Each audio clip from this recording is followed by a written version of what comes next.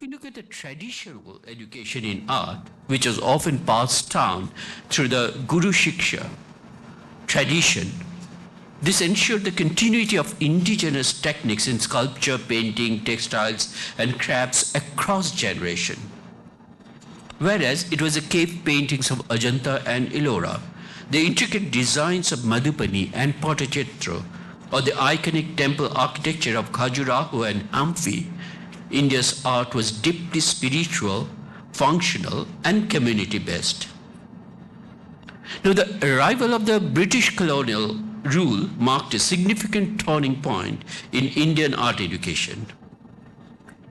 Now, British policies introduced Western academic models of art education through institutions such as the Government College of Art and Craft in 1854 in Kolkata, Sir J.J. School of Art in Bombay, 1857, and Madras School of Arts in 1850. Now, these schools promoted European academic realism, perspective drawing, and oil painting, often at the cost of indigenous art forms. Now, the focus shifted to producing artists who could serve the colonial agenda, like the illustrators, draftsmen, and artisans trained in Western methods. The colonial system, which viewed Indian art as decorative and inferior, prompting efforts to civilize the Indian art through European standards. This led to an identity crisis within Indian art education, an internal conflict between retaining indigenous values and embracing imported techniques. The Bengal School of Art. Now, if you look at the late 19th and early 20th century, saw Indian artists, thinkers pushing back against this colonial imposition. Figures like Abanindranath Tagore, E.V. Howell, Nandalal Bose, and later Rabindranath Tagore played critical roles in reasserting Indian aesthetic traditions. Now, the revival was more than a stylistic movement.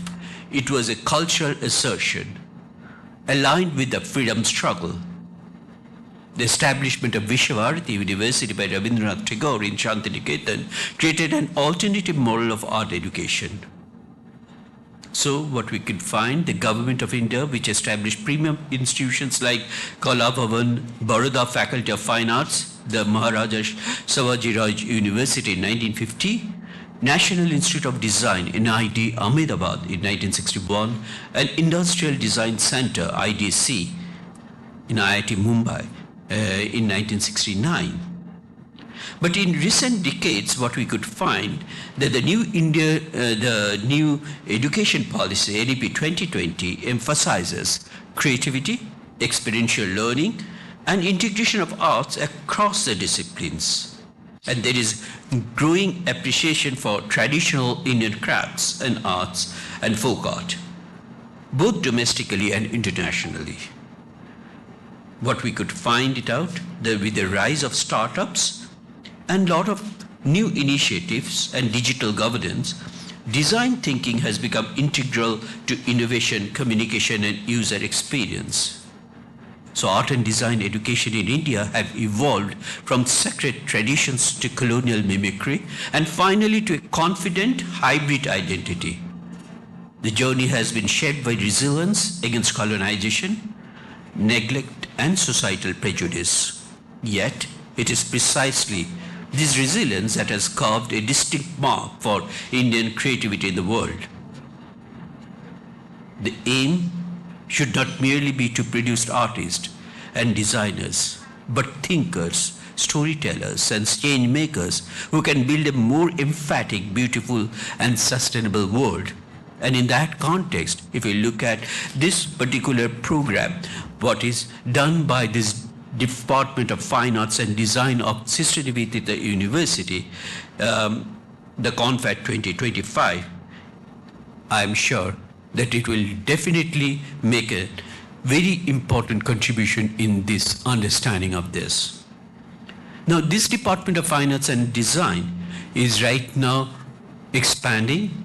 We have a large number of faculty members who are giving quite a bit of effort to make it a real good art school. And I really want that all of us should appreciate their effort. Let us give a big hand for this Department of Fine Arts and Design for organizing this very important symposia.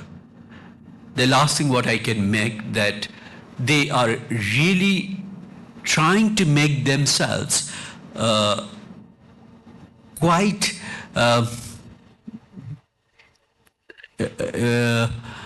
making the students quite innovative, and so that they can actually start critically thinking. And you know, this particular dress, what I'm wearing, this was done by the Department of Fine Arts. So Department of Fine Arts, they actually prepared this one. And I really like that in that way. And even I have given one of this jacket to my friend in US also, and he appreciated like anything. So in this way, I'm sure that with all the blessings of the seniors present over here, with all the blessings of the youngsters over here, this department can really contribute in a very big way in this art and design education in India. Thank you. Namaskar.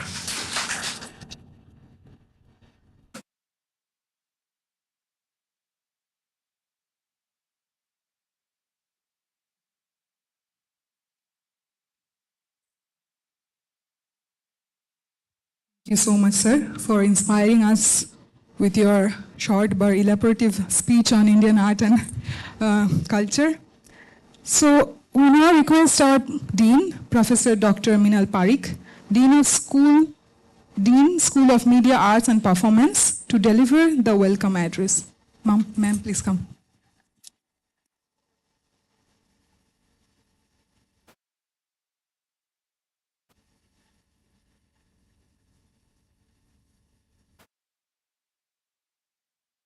A very good morning to all the dignitaries present over here, dear students, participants, and Honorable Vice Chancellor Sir and two Pro Vice Chancellor Sir. We started this department in 2019, and we just started with handful of students, and today seeing this strength, this excellence is a very proud moment. And the family is very big now. And then we thought that this year we have to do a conference. We will start with a national, and with God's blessing, next year we would be taking this to international platform. So big congratulations to the team, and welcome to the team who have come to Sister Nivedita University. We need a lot of blessings from you, because Eastern India, as you know, is very rich in fine arts and design, but back home, parents do not initiate the students to take this as a career option, because they feel that their life is going to be full of struggle, they would not have a livelihood. So it is important that a school like this, where we have very good students, very good faculty members, very trained, that with all your blessings we can take this forward. And I think this conference is just a beginning to make our mark at the national level, and we hope this continues every year. Thank you so much.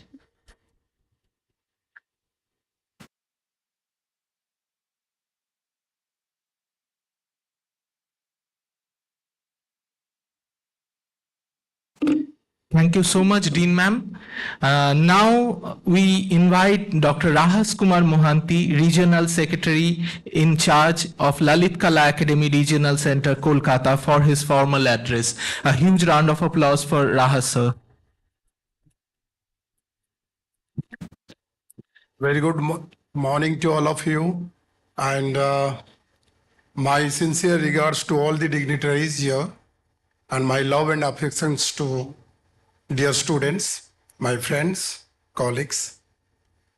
Just 2 days before I came to Calcutta, I have very little knowledge about all this program. Actually, I am holding the Deputy Secretary of Lalit Kala Academy. I came to Calcutta for a special program because we are going to inaugurate one art center for Lalit Kala Academy and for entire India, for West Bengal is concerned. One new building at AJC Bose Road. It is a 6-floor art center, huge building. So no doubt it is all the benefits of the art or the people, the students who are belongs to this region. There is no doubt. And I have very few knowledge. I am very small man with a little bit of height only, but I don't have any big knowledge, honestly. I born and brought up at Cuttack, Odisha, educated at Delhi and settled at Delhi. So by educations, my expertise in ancient art, painting and all. And by virtue, I'm always, since my career, I'm associated with the artist. I'm not an artist, but I am always live with the artist from all surroundings. Rightly, VC sir said about art and architecture development here at Nivedita University. Excellent, and I'm really congratulating VC sir and all these people who are dedicatedly putting their all efforts to improve the areas of exploring the areas for the students, for the young generations, to promote and propagate and to educate the art and architecture of our country. And I just giving one or two lines. The art and architecture of our country is one of the oldest and the richest architecture throughout the globe.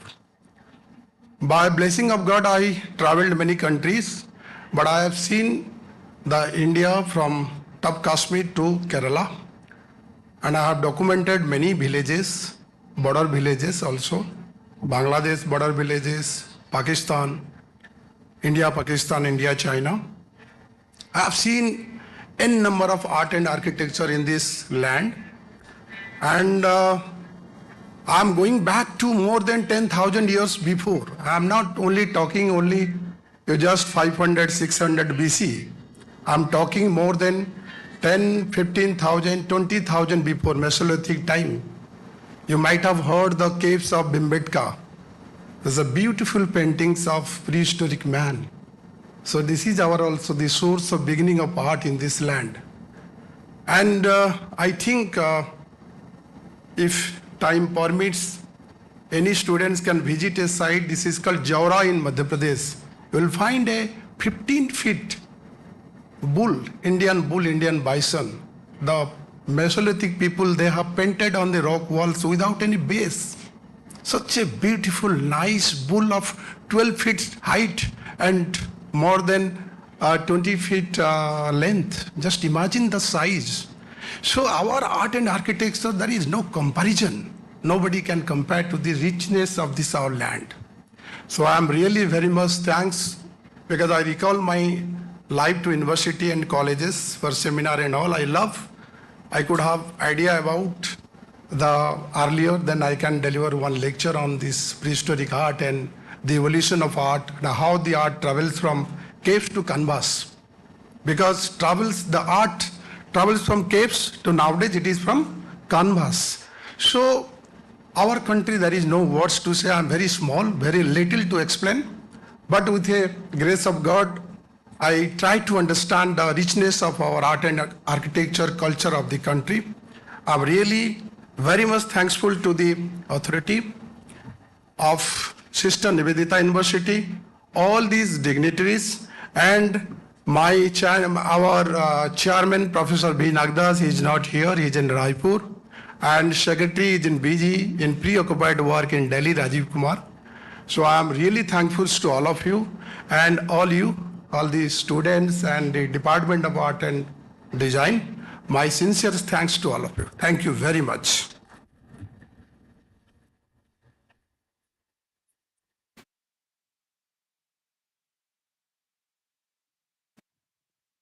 Thank you so much, sir, for your words and to express. It's great to see your enthusiasm in Indian art. So now I would request Sir Shupratim Shen, Pro VC Administration of Sister Nivedita University, to kindly share his formal address with us.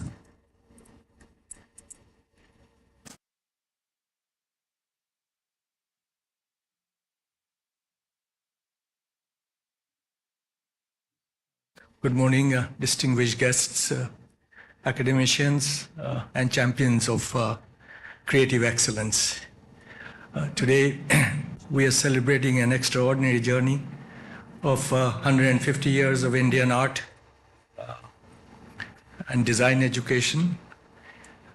It is just not a journey, not just a chronicle of events, curriculum, and institutions.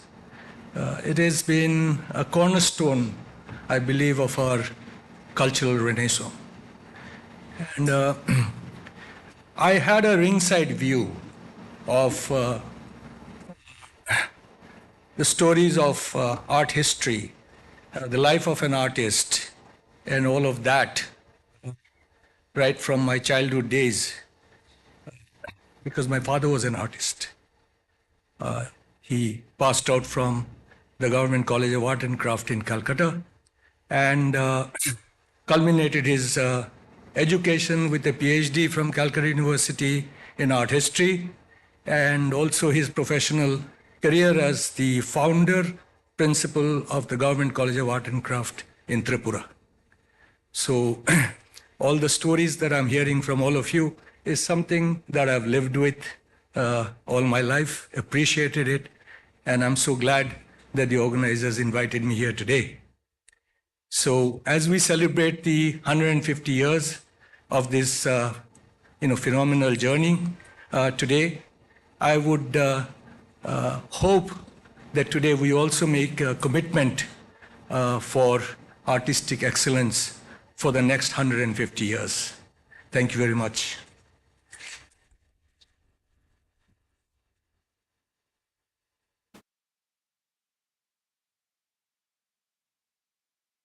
Thank you so much, sir. Now I'd like to request Shri Pramod Borua, former Regional Secretary in charge of Lalit Kala Academy, Regional Center, Kolkata, for his formal address.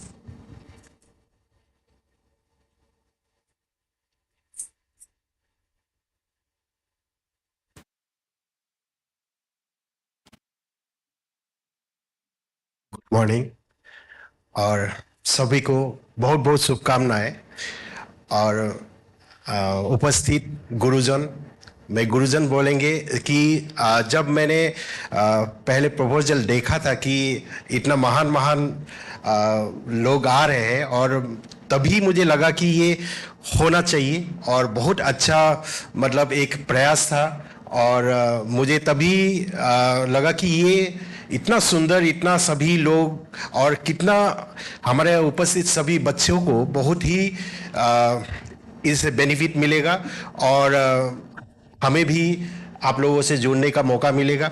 और इसी बात को लेके हम Mohanty sir से भी request किए कि ये प्रोग्राम जल्दी से जल्दी होना चाहिए और बहुत अच्छा प्रोग्राम है। तो मोहंती सर और बाकी सेक्रेटरी सर ने भी सहमति जताए और ये आज हम लोग एक साथ है, अच्छा लगा। और VC सर ने जैसे बोले कि जो यहाँ का जो हमारा बंगाल का खास करके बंगाल ने बहुत कलाकारों को जन्म दिया है और बहुत यहाँ से बड़े बड़े कलाकार यहाँ से निकले हैं। और आप लोगों को खुशी होगा कि सर ने सेक्रेटरी सर ने बोला कि यहाँ पे एक नया रीजनल सेंटर भी डेवलप हो रहा है और बहुत ही जल्दी आपको शायद और 10-15 दिन के बाद ही ओपनिंग होने जा रहा है और बहुत बड़ी तरीके से होने जा रहा है। यहाँ पे शायद 51 कलाकारों पार्टिसिपेट भी करेंगे, अलग अलग जगहों से आके कैंप भी होगा और बहुत जोरदार तरीके से हो रहा है और बहुत सुंदर एक कैंपस बन के खड़ा हुआ है। आप लोगों को बहुत अच्छा लगेगा और यहाँ पे अत्याधुनिक मशीन वगैरह भी हम लाने का कोशिश किया है और बहुत ही सुंदर वातावरण है। और 4 हमारा आर्ट गैलरी भी यहाँ पे है और आप लोगों को बहुत ही खुशी मिलेगा कि आपके शहर में एक इतना सुंदर एक फिर आर्ट रीजनल सेंटर बन के तैयार हुआ है। और सबसे पहले फिर से बहुत बहुत धन्यवाद और बहुत बहुत शुभकामनाएं आप लोगों को। और ये 3 दिन मुझे लगता है कि एक बहुत ही अच्छा वातावरण यहाँ पे मिलेगा। बच्चे लोग बहुत ही इसमें बहुत सीखने को मिलेगा और ऐसा होते रहना चाहिए। और हम लोग जितना हो सके मिलके और भी जैसे कैंप हो गया और भी कुछ ना कुछ करते रहेंगे। और धन्यवाद। और मुझे बहुत खुशी है कि हमारा सेक्रेटरी सर भी यहाँ पे उपस्थित है।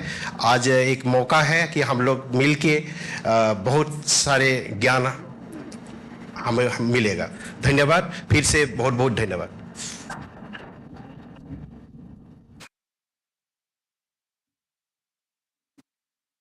Thank you so much, sir, for your words of encouragement. May I now request Professor Dr. Burushib Dasgupta, Advisor, School of Media Arts and Performance, to address the gathering with his insightful words. A huge round of applause for Burushib, sir, please.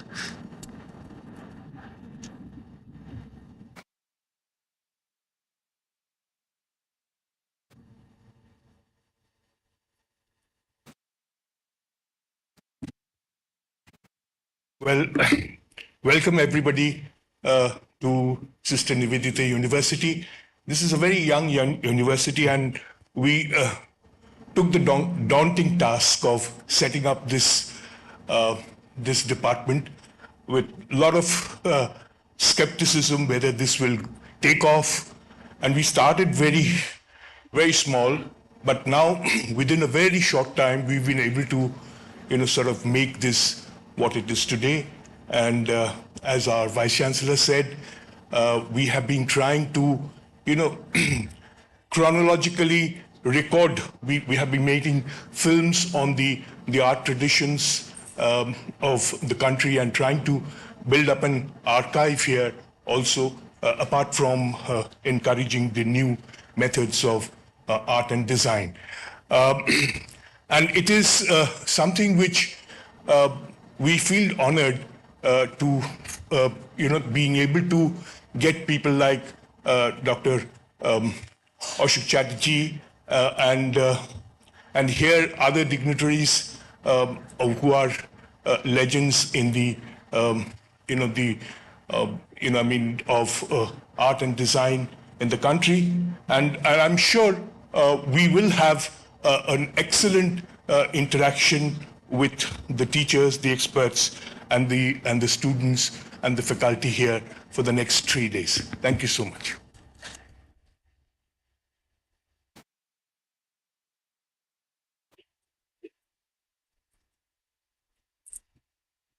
Thank you so much, sir, for inspiring us once again. So, though not present with us physically, the eminent artist and pedagogue, Professor Jogen Chaudhary, has sent his heartfelt blessing for us.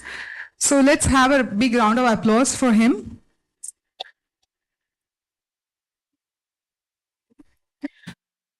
Okay. We now move to the moment of honor and gratitude. May I request our Honorable Vice Chancellor, sir, and Dean ma'am to kindly felicitate the guest of honors of today's inaugural session, Mrs. Ina Puri and Professor Ashok Chatterjee. Sir and ma'am, can we have you on stage, please?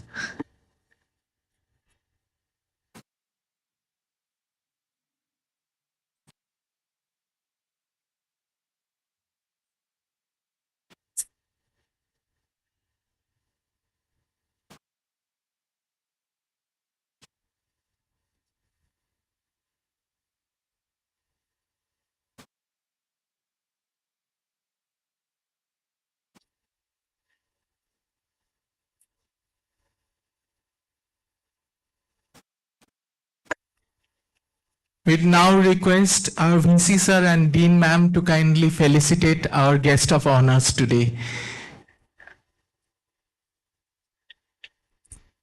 Volunteers?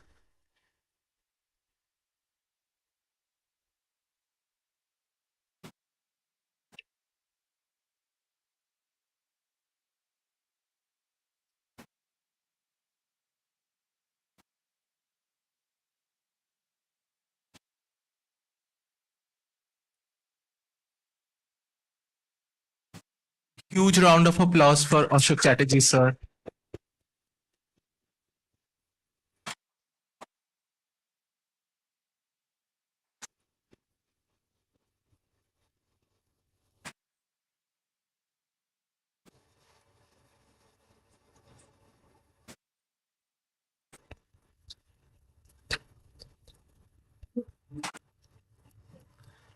These mementos are crafted by the students of Department of Fine Arts and Design.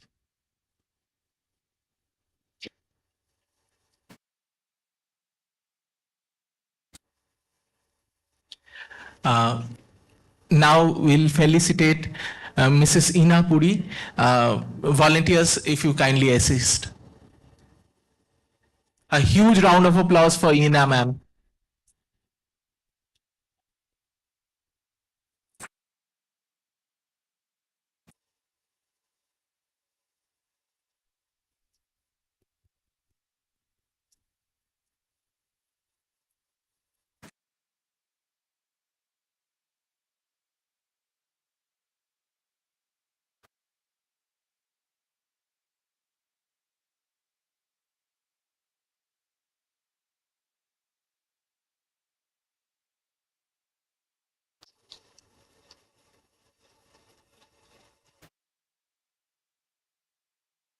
So before we proceed further, we are so happy with the presence of eminent art historian and art critic, Pranav Ranjan Roy. It is an honor to acknowledge your presence. So this presence adds great value and grace to this conference. Now, respectfully, I'd request Honorable VC Sir, Professor Dr. Dubajyoti Chattopadhyay, to kindly felicitate our esteemed guest who is in the audience,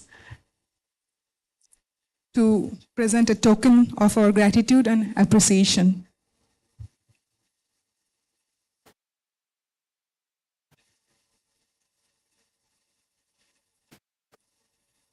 Volunteers, can you please assist?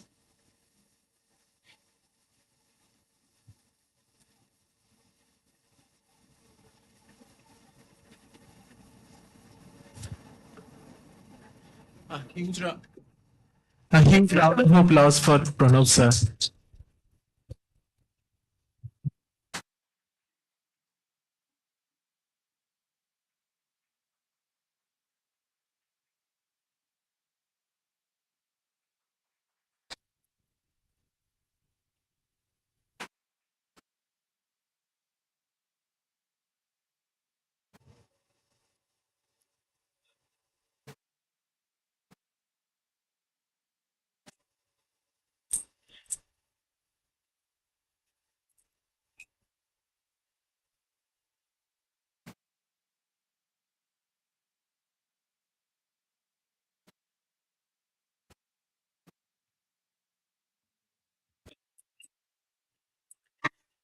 May I now invite Mrs. Ina Puri to encourage us with his vast experience and exposure in this field of art and design. But before that, Mrs. Ina Puri is a writer, biographer, art curator, and collector. She is the author of several books, including In Black and White, a biography of Manjit Bawa, Faces of Indian Art, iconic artists seen through the lens of Nimai Ghosh, and A Journey with 100 Strings on the music and life of Pandit Shiv Kumar Sharma. She produced Meeting Manjit, a film on Bawa, her friend and collaborator, which won the national award. Ina was also a part of Antardhani, a biopic on Pandit Shiv Kumar Sharma, which won the national award. She then went to publish a pictorial memoir on Pandit Shiv Kumar Sharma entitled The Man and His Music. Ina's journey has seen her take on editorial roles in some of the prominent publications, on Off, which was a feature on Manjit Bawa in Reading, a series published by Lalit Kala Academy. She has also edited Calcutta Raj Bhavan, 200 Years of Glory, Mythical Universe on Jayashree Burman, Drawn to Life on Rini Dhumal, and The Portrait of an Artist in the World on Paresh Maiti and Nimai Ghosh. Her last book is Raghurai's Kolkata, the distinguished photographer's fascinating narrative of the city and its people. Ina's 4-decade-long engagement with the arts embraces everything from tribal art and folk theatre to contemporary performing arts, visual arts, and literature. Her recent projects including curating eminent Bangladeshi photographer Shahidul Alam's exhibition across India, including a feature at the Kochi Biennale and releasing a publication on his work. With a huge round of applause, let's invite Ina ma'am on stage. Ma'am, you can... The mic is, or you can speak here.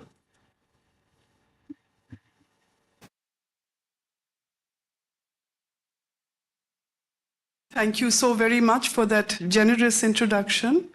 I would like to extend my warmest congratulations to Sister Nivedita University's Department of Fine Art and Design.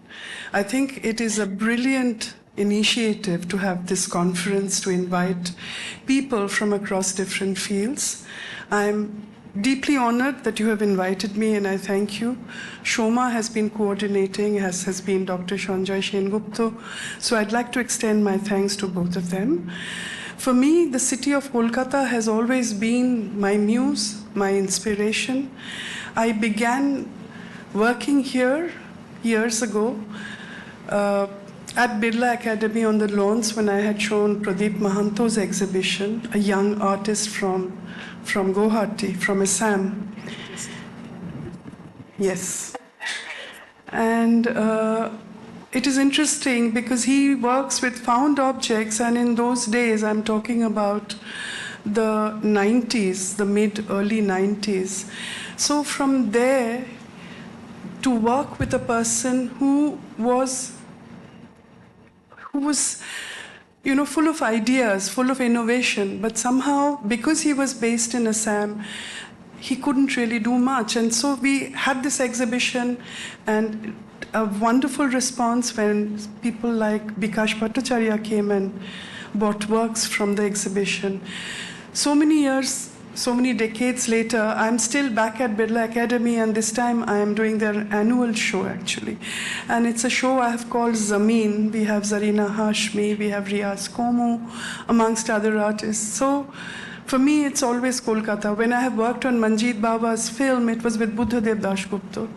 When I have edited magazines, it has been for Akar Prokar and Art Varta, even though we were working with subjects as vast as textiles, photography, video art. So, yes, I mean, I know that my work is known because of Manjeet Baba and the books I've done with him, the exhibitions. But apart from that, it also has been the artists, the filmmakers, the poets, the people of Kolkata who have drawn me back again and again and again. So therefore, I wish that this new venture is very successful. Shoma had promised me that I would get an opportunity to talk to the students, and I said I would like to meet them on a panel, and I would like the students to come and talk to me and to question me on my work, on what I think about making art their career. And I look forward to that invitation. Shoma, I will hold you to it. Thank you.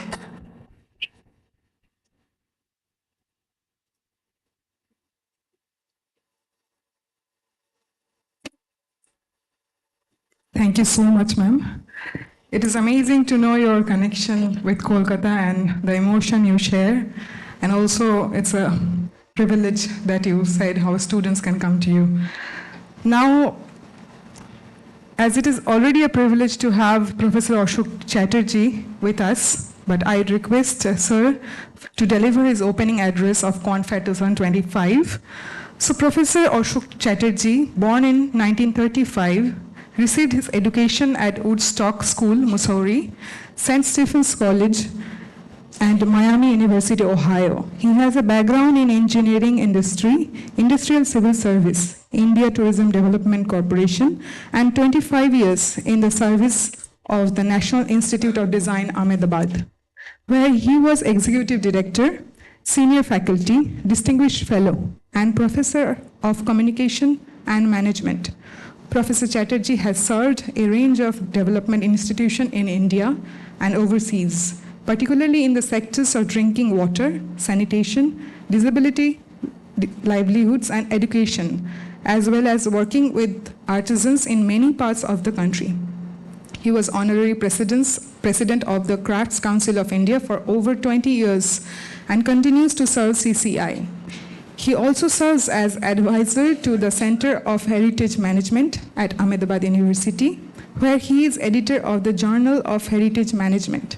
An author and reporter, his books include Dances of the Golden Hall, On the Art of Shantarao, Rising, on empowerment efforts among deprived communities in rural Gujarat, and Learning Together at Jawaja, on a 50-year experience in self-reliance involving an artisan community in Rajasthan.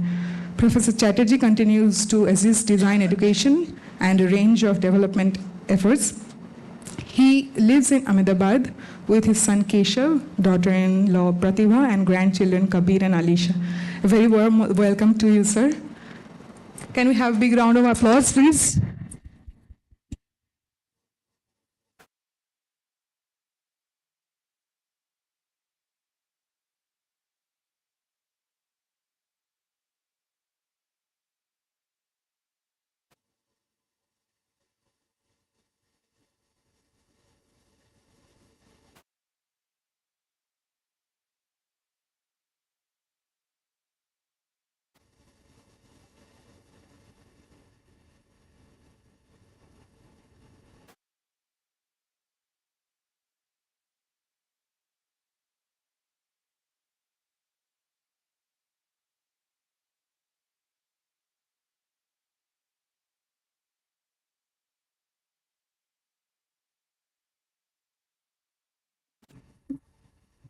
Thank you very much.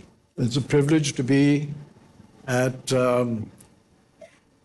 this university and also to know that it's a university that is trying to do something of great importance, not just to this city and this region, but to this country. I'm very grateful to Professor Sengupta for his invitation to come here. I have, I believe, 20 minutes, 15 or 20 minutes, and I have much to say. So hopefully there will be chances to discuss things with, particularly with the students at the back. I can hardly see you, but that's really why I'm here, for you. So I hope what I say will be of some relevance. I share what you just heard from Dr. Puri in terms of a personal debt that I owe to Calcutta. I know it's politically correct to call it Kolkata, but for me, the love that I have is for a city which is Calcutta, Kolkata, Mahanagar, you name it what it is. But it's a very special place. Despite my name, I don't belong to this region. But I did start my career here. I began my career in Kidarpur in the engineering industry at a company called the Metal Box Company of India, which in fact was a design-driven institution. Unfortunately, it's not there now. It's collapsed and disappeared. But that's also why I'm here to talk to you, because my career has not been a series of success stories. It's been a lot of effort and it's a lot of failures. And the reason to be here today is not just to thank you for taking this initiative of trying to bring together an important institution in Calcutta and in this region and in this country, but also to give you a word of caution and perhaps warning. Everything that I've heard this morning and in my exchanges with the faculty over these past few months indicates that the School of Art and Design is basically art-driven.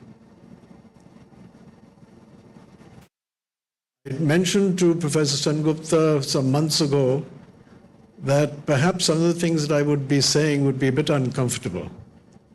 But I would like to put it to you right up front.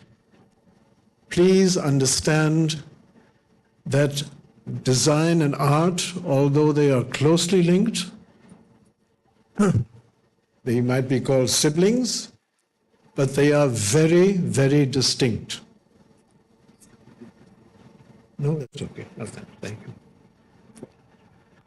And that should be remembered from the beginning, because one of the big problems we have with design is the very terms that we use. It is almost suicidal, in my experience, to link art and design as terms without then, if you're going to use language, without including technology. You cannot talk about design without technology. And there is a distinction between art and design education that needs to be kept very closely in mind. For example, at SNU, do you have workshops? Is there a wood workshop? Is there a metal workshop? Is there a textile workshop? You need that from day one if you're going to say that you're going to produce designers. If you're producing artists, fine. Design can be an add-on. But if you're producing designers, you start day one with technology. Hands-on work. There's another distinction. Art takes its glory from personal expression and personal creativity. It's the artist's vision that you want to build, that confidence to be able to address the world with a personal vision. Design is never about personal vision. It is about service. Always, inevitably, every time, it's about service to somebody else, to a user, to a client, to a customer. And design believes and functions in the marketplace without any apology. And that should be clear. When I was in Calcutta years ago, working here in a design-driven company, the word design was not used at that time. It was called product development. We had many commercial artists on our team, commercial artists. And there was talk about applied art. Design is always commercial without any apology. But design is never applied. Design you don't apply on top of something. It is integrated into the solutions which you develop from the understanding of a client's problems. So it's very important to understand that although art and design are closely linked, you cannot have design without aesthetics. The Russians had a word for it called technical aesthetics, which is probably quite true. But they are two different journeys. And what you demand from students needs to be in that understanding. The marketplace, the clients, the customers, uncomfortable words for many people in art, but the lifeblood of design education and of design practice, they are not looking for artists. They are looking for problem solvers. And that is extremely important because design is a process of resolving problems. Not your problems, somebody else's problems. Working out alternative solutions, prototyping the future, suggesting the possibilities that can be done in order to improve our everyday environment. There's another challenge with this word design. As some speakers have mentioned, India has an unbroken history of art, and even an unbroken history of design. Unbroken, over 5,000 or more years. Probably the subcontinent is the only place in the world that can boast of an unbroken tradition of design. However, excuse me, I'll get my water.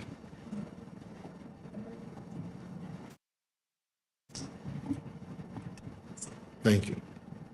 When design education came to India in 1961 at the National Institute of Design, one of the big problems that it faced was enormous skepticism. What's all this about design? Who needs to come? What is design? That term was used in those days for engineering. Architecture was also moving in, it used that term. In the company that I worked with, although we were a design-driven company, we never used that word. It was called product development. And I was in charge of product development. And I never used the word design. There was a design department, but those were commercial artists. And one of the things that I learned in Calcutta was that in the advertising profession and in the packaging profession in which I was engaged, there were many commercial artists. And except with one glorious exception, they always felt as if they were second class. That being a commercial artist and doing applied art was not the real thing. The real thing was fine art. Hopefully, design education can change that. Because design is always commercial and it is never applied. And an artist and a designer are two different trajectories. They are not the same. And it's an absolute disaster if design is always seen through an art lens, or equally disastrous if art would be seen through a design lens, because art is not driven by the customer or the client, but design always is. So I will perhaps, because time is short, perhaps what I will do is give you the end of what I had wanted to share here. If you are teaching design, if you're not teaching design, you are not teaching design if technology is not there from the very start. Please make sure of that. If you say you're going to create designers at SNU, if you're not planning to do that, then be careful about using this art and design twinning. Art and design are not silos, but they are distinct. So please respect that distinction. Respect the marketplace, respect the client. Interdisciplinarity is the core of design education. Because unlike art, which is about I, design is always about we. Design is always, always, always about teamwork. And if you want to be a good designer, you cannot say, leave me alone, I'm a creative person. You have to be able to work with teams. You have to be able to work with other disciplines. You have to be easy in moving back and forth between disciplines and different worlds. I'll do a little commercial break here. This is a book that's just come out from NID. It's my book, but it's not my story. It's the story of design education and the power and the influence that design education can make to people whose lives need a better deal. It's a 50-year journey between design educators and a community of artisans in Rajasthan. This would not have happened in an art school. It happened in a design school. Is there art in it? Yes. But what there is in here is a 50-year journey of trying to solve problems, which after 50 years we have not yet solved.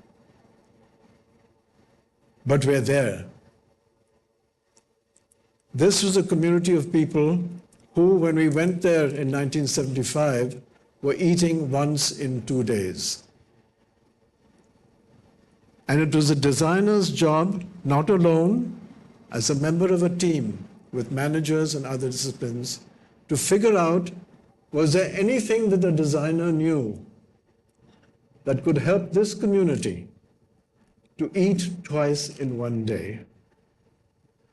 Was there anything that we knew that could help them access the village well, from which in that desert they were prohibited to draw water because of their caste?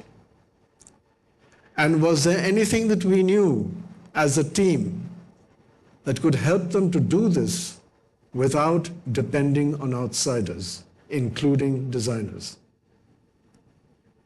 And today, these artisans are designers. And today, those who worked with them are artisans.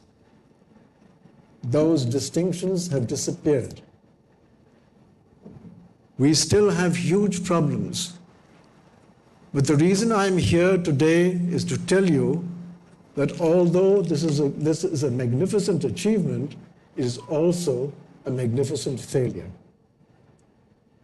Because today, no design school would be allowed to do this. Design has been taken over by the UGC, and the UGC has no understanding of this process. Because this required the courage to go into an unexplored area without an agenda, to listen to what people's issues were, and to respond to those without any qualifications, any formal qualifications. So when you come to design education, what are you going to do in terms of your metrics to measure whether design has actually been taught? And the only way to do that is to understand that design education is about apprenticeship. It's about the learner and the mentor working and learning together. It is about the educator being a professional practitioner of design with a body of professional work that moves in seamlessly in and out of the classroom. The PhD today has become a symbol of design failure, because you cannot climb the academic ladder today under the UGC system without a PhD. But PhD walas would never do this. So please keep that in mind. It doesn't matter what you call it. You call it art school or design school or engineering school, it doesn't matter. What really matters is what do you teach, and then what will those designers do when they leave? In Ahmedabad today, there are 9 design schools. Within half a kilometer of where I live in Ahmedabad, there are 7 tuition shops teaching you how to get into design schools.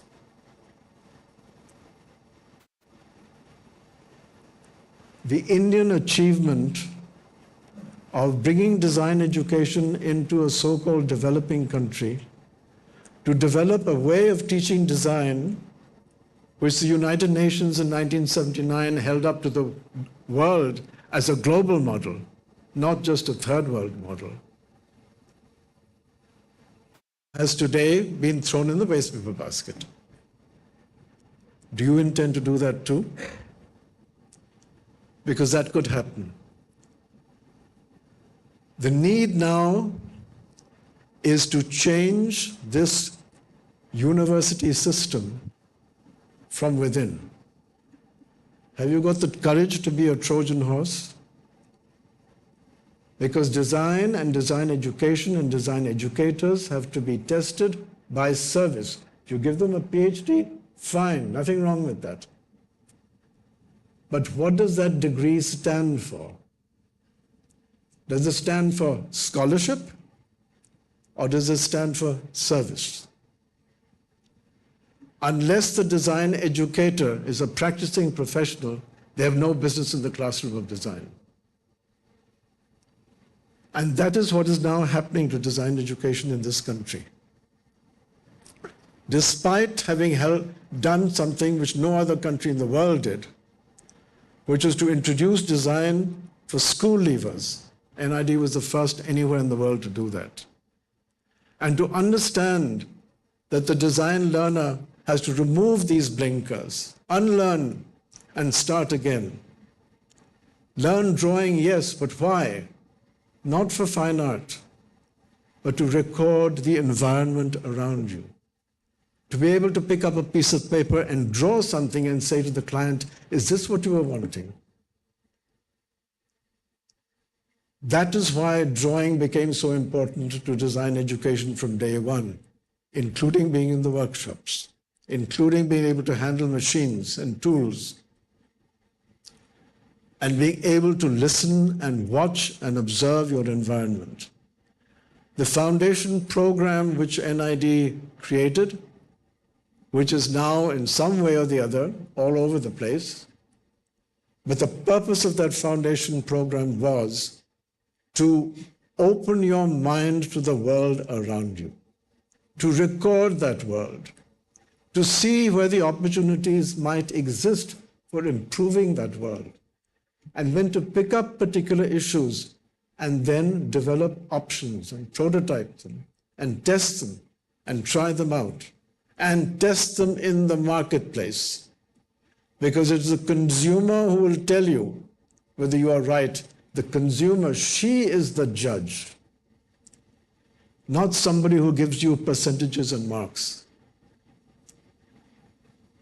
And the reason why NID's education system was such a threat, our diploma was never recognized by the Ministry of Education. Even though they told us that ours was the toughest technical education curriculum in the country, our diploma was not recognized. Why? Because we gave no marks, we gave no exams. And this was heresy. Heresy then and heresy now, because the NID is now in the UGC system, and marks are given, and exams are conducted. V.S. Naipaul had a wonderful saying that Indians are great at walking up the stairs backwards. And that's what's happening to design education. So you have a chance to change that. But go into design with your eyes open. Please respect design. Don't put it on as an add-on to art. I mentioned that we have this unbroken history, but there's no single word in any of our languages that captures design as a profession as it is today. We don't have a word for it. Some years ago, when I was director of NID, we got a rude letter from the Hindi Committee of Parliament saying, you will stop at once from using National Institute of Design, you will use a proper Hindi term. Okay, we tried and tried and tried. And then we produced a nice logotype which said Rashtriya Kala Sansthan. I got an even ruder letter from the Kala Academy saying, we don't know what you people do there in that corner of Ahmedabad, but Kala, you are not. Stop it at once. So from then to this day, we are the Rashtriya Design Sansthan. Yeah? And I'll end with this little story. There was a great sculptor in Mahabalipuram, Ganapati Sthapati. A great, great man. We had come to know him through the Crafts Council of India. And I went to him with this dilemma. And I said, Sthapati ji, what is color? Because I've been told that what my students do is not color. He says, what do your students do? So I took our convocation booklet. I said, this is what they do. So he flipped through it and said, why have you come to me? I said, because you are Ganapati Sthapati, the great sculptor. And you will know what kala is. So he flipped through this textiles, furniture, ceramics, symbol design. He said, do you think I'm a sculptor? I said, of course you are. He said, you're wrong. I am a sculptor, but I am an architect. I am a musician. I am a mathematician. My ancestors created Madurai. I make vessels. I can make a broom. I can sing a rag. And you call me a sculptor. So he says, I'll tell you one thing. Why are you worried about these people who tell you what word you can use? I'll tell you what you do. Go back to your students and ask them, is there anything that they have made which is of a quality, whether it is a jhadu or whether it is a machine? Is there anything that they have made which is of a quality that they would take it to the temple and offer it to God? If the answer is yes, they are kalakars. If the answer is no, they should start again. And he said to me, don't bother about those babus in Delhi. You just stick to what I've told you. And that immediately reminded me of Calcutta and of the great saint of Calcutta. And what she said once when some of us met her years and years ago, not too far from here, and she said, whatever we do in the missionaries of charity, we do something beautiful for God.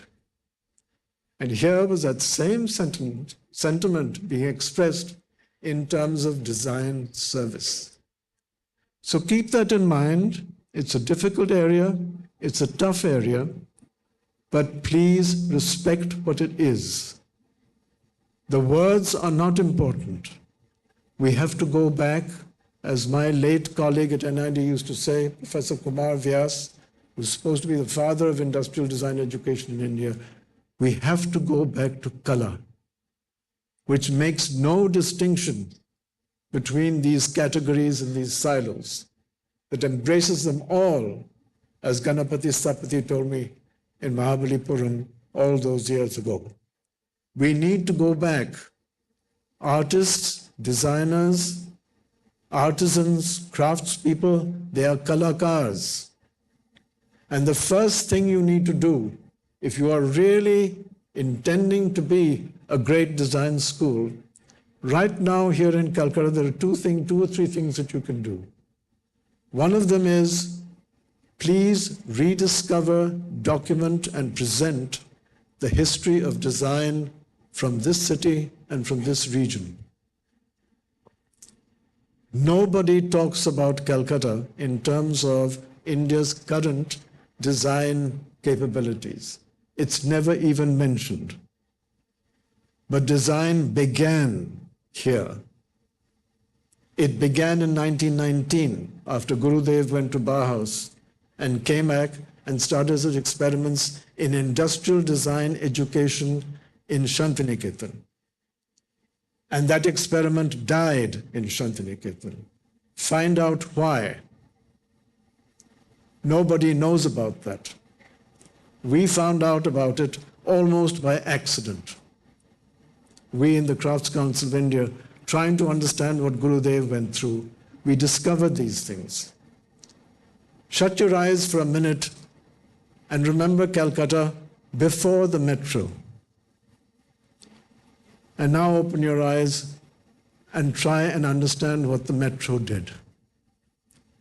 The metro in Calcutta was doomed to fail by everybody in this country. But what did it do to this city? It's the greatest industrial design story that you can imagine. A completely designed environment changed a city, changed the citizens of that city, made them behave in a way underground that they wouldn't behave overground.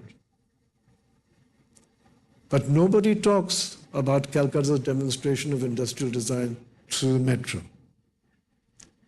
Nobody talks about the Howrah Bridge. Why was it built? By whom was it built? How was it built?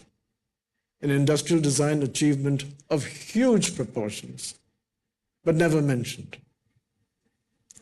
Nobody talks about Chitrabani and its work in communications, or O.C. Ganguly, or Signet Press. Hardly is there any attention to Satyajit Ray as a great designer. You have that chance to document and bring this history back, because there's no reason why it should be ignored. There needs to be, perhaps at SNU, a catalytic, if you like, an exhibition, Design East. What has this region given to this country and to the world? And why is it constantly ignored? Don't whine about why other people ignore it. Ask yourselves why we in this part of the country have ignored our design history, have left it unsaid, unspoken, unexhibited. Try and get into the archives of Vishwabharati to find out what happened in 1919 when Tagore went to the Bauhaus. Barrier after barrier after barrier after barrier. You won't find out. Try and find out if you can. I think that Dr. Puri had mentioned Birla Academy. I went there some years ago to an exhibition in memory of somebody called Prashanta Roy, who taught at Vishwabharati. And there I found, under that glass case, these extraordinary diaries. In the 1930s, telephones, crockery, cutlery, furniture, industrial design being taught and practiced in Vishwabharati. Where has it all gone? Where has it all gone? People think industrial design education began in the 1960s at NID. No, it did not. It began here. Why don't we know that? So you have a task, an advocacy task, not just on behalf of the eastern region of Calcutta, but on behalf of this country's recorded design history. From Mohenjo-daro to Vishwabharati, to NID, to SNU. It's a long journey, but it needs to be recorded.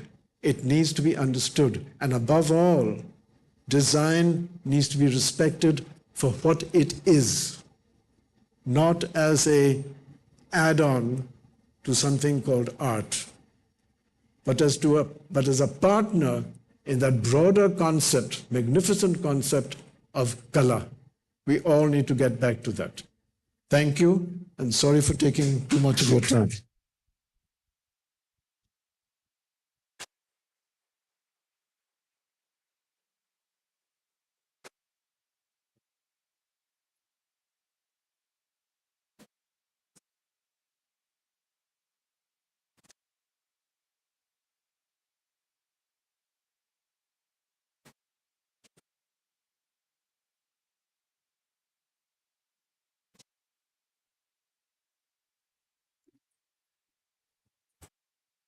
Thank you so Achha. Oh, thank you. Any Thank you so questions? yeah. I'm told Thank you so much, sir. Yeah, we can have some questions. back of the room, Sir, if that's where the students are. sir, we all are students to you, sir. Okay. And I'll take this to my grave, sir. Design is always commercial and never applied. Thank you so much for this line, sir. It's never applied design like applied art. I say that because I do remember these wonderful artists that I worked with in Calcutta, and they all had this complex, with one magnificent exception, which was Manikda. He had absolutely no complexes about this. And when I was asked to lead the NID, he was the only one in this country who said I should go there. Everybody else said, you'll be finished. Those Gujaratis will beat you up for nashta. But he said, go there. He had never been to NID. He had never been invited to NID. But he understood that what was happening there was critically important when nobody else did. All right? Okay, thank you so much, sir. So as you were there in a long time in the communication and management, so sir, with the advent of artificial intelligence, what is the future that you can see in communication? I'm the wrong person to ask. I'm hardly intelligent, leave alone artificial intelligence. But I do know we've all been living with artificial intelligence. Pick up your smartphone. There must be people with their smartphones. That's artificial intelligence, been with us, now we live with it. Artificial intelligence is a tool. It's not a choice, we have to use it. And I'm always reminded when people ask this question about something that took place in Bangladesh a few years ago, Jamdani, which is a great craft tradition, and colleagues in Bangladesh were quite upset that a GI for Jamdani had been given to India, when it said, well, actually it's ours, it's not yours. But anyway, this was going on, and we were in a village outside Dhaka where Jamdani is practiced. And Rajiv Sethi said that he had found a sample of Jamdani made by a robotic in Milan, in Italy, and he could not tell the difference between the real Jamdani and the robotic Jamdani. So here were all these people talking about whether Jamdani belongs to Dhaka or belongs to India or belongs to Bangladesh. And here was this fabric, which is almost saying, what are you people talking about? We're going to take over. So much panic and anxiety between all the Crafts Council people and their colleagues in Bangladesh. The one bunch that was not worried were the artisans. And they were saying, what is this? It's a robotic key. And then they said, why are you people panicking? Why don't you give us this skill? And maybe we'll do something with this tool that the world has never imagined. And that's the kind of confidence I think one should have. Because who can say, AI is not a choice for you in design education. Maybe in art, but I doubt even there it's coming in. But it's not a choice for you. You'll have to use it. But the question is the integrity of your solution. In what way, possibly, could artificial intelligence have speeded this process? Could it have? I don't know. But you'll have to see. But you'll only understand that if you're serving, if you're working through projects, doing your hands-on stuff, and this is where education becomes important. How are you going to assess your students? If you assess them with mark sheets, you're not teaching design. So AI, not a choice, but AI in what context? And AI, if you take the example of Ganapati Stapati, is AI helping you to lift something to a quality that you would go to the temple and offer it to God? If so, why be worried? If it diminishes the human capacity, then there's a problem.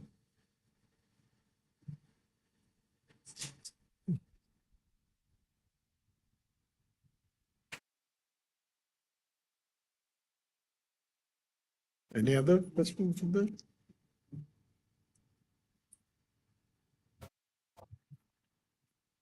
I will leave behind here a small book, which I think will help those who are working on the curriculum design at SNU. This is a conversation between two great people in design. One is Patrick Whitney, who has taught design at MIT, at Harvard, at Brown, and has given up on design education in the US and now works in Jharkhand with Village Women. And Sam Petroda, who is a designer to his fingertips. Their conversation on what is design will be useful. The word art is never mentioned, not even once. Good morning, sir. Yes? I'm a design student myself. And my biggest problem is that designers are not ever put at the same pedestal as, say, someone from IIM or IIT, even though they're equally important, sometimes even. Is there any, because you have been in this field for so many years, you have seen them all. So can you suggest something where, I mean, why is it so, first of all? And why doesn't the world see us as equals? Are you a designer? Yes. Yeah? Yeah. Okay. Please don't worry, because if you're talking about pedestal, that's the bloody problem with this PhD syndrome. I wouldn't mind if the PhD was a symbol of service, if the PhD was given for a body of work for an actual client or an actual need, you know. But why are you worried about these pedestals? As a designer, that's past. Designers are getting all kinds of shabashes these days. But you'll have to create your own standards. Who is the design community honoring? Don't wait for other people. Who is the design community honoring? There was a great gesture that was made at the NID convocation this year when two designers were honored. One for her work in social communication and the other for his work in the automotive industry. Wonderful twinning. One designer who devoted her career to working with disadvantaged people. Another in the most competitive section in industry. Now that to me is gold. The design community acknowledging its own role models. So that's what's needed. And who's putting you down? Who's putting you down?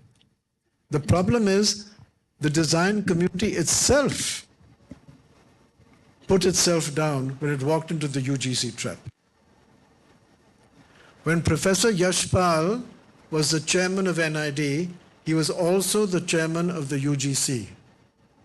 And he told us in no uncertain terms, if you fall into this trap of giving degrees rather than diplomas, if you fall into that trap, your entire NID experiment is doomed.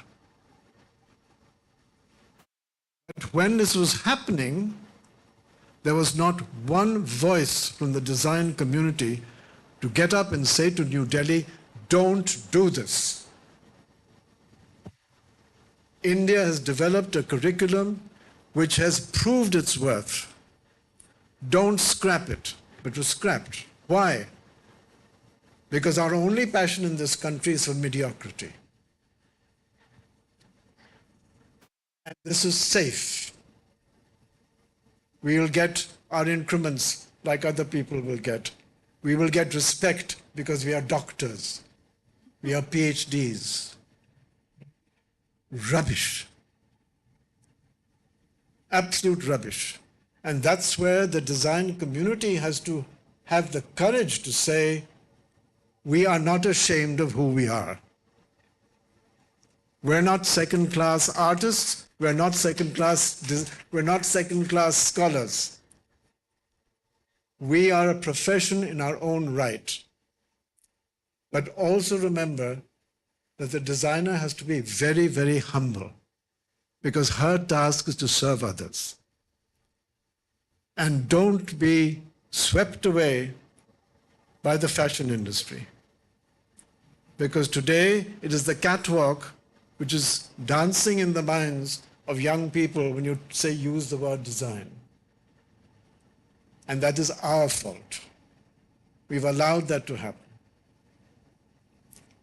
I hope you all know about something called the India Report, the document on which National Institute of Design was founded, written by Charles and Ray Eames, which held up the Lota as the greatest designed product that humanity had ever created, and analyzed the Lota.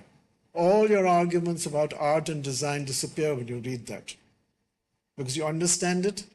He never uses that word, but you understand the Lota as an achievement of color. Right? Now that has to come back. That has to come back.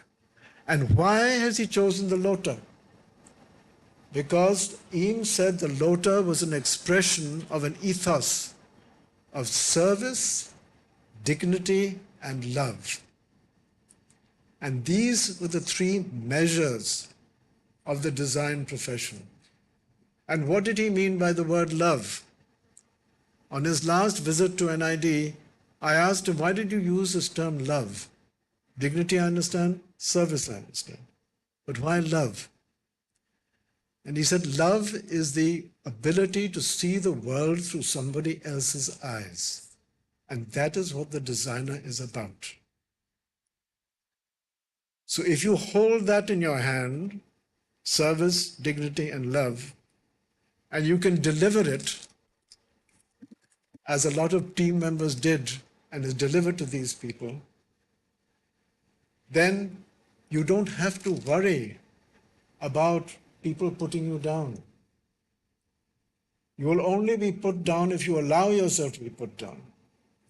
And that's why it's so important to be part of a university, to embrace art, to embrace technology, and to be embraced by them also as a respected and equal member of the team. Equal member of the team. Not the fine artists sitting as Brahmins and the others as tolerated but not quite respectable. That has to go.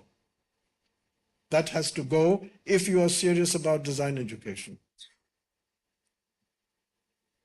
One of my greatest regrets at NID was that we did not give the Kalakars of this country honorary diplomas. We should have.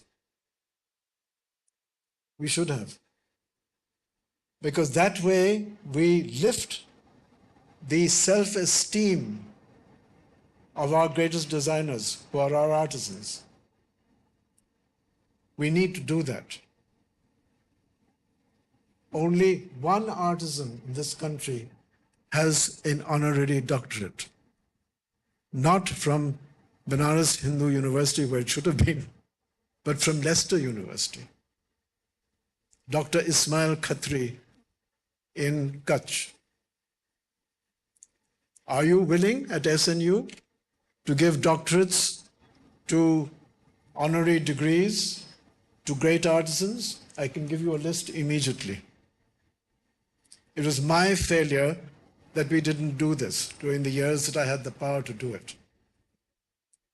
But if you're worried about being put down, the government of India sent a complaint to the Ministry of Industry, under which NID functioned, which was sent to me, that we had allowed 2 artisans to walk in the convocation procession. The Ministry of Education telling NID that we had no business to allow 2 artisans, unqualified, the letter said, to walk in the convocation procession. Can you imagine? This is India. So if you are worried about being put down, think of our artisans. Will you honor a weaver from Purulia, whose name I can give you, with an honorary degree and diploma or a doctorate? They know more than all the doctorates that NID will produce. So you have this opportunity, and please don't whine about not being recognized. Just be careful, be humble, but be careful, and recognize yourselves. That's where it starts. I'm sorry to be rather passionate and almost rude about these things, but we have to stop whining. We really do. That's the reason why the Eastern region is neglected in design. It's constantly saying somebody else's fault. It's not. It's our fault.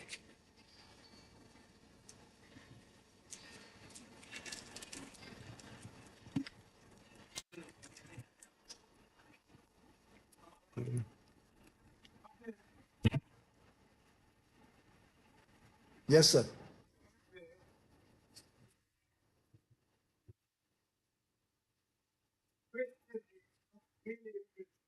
Yes, sir. Schools of India,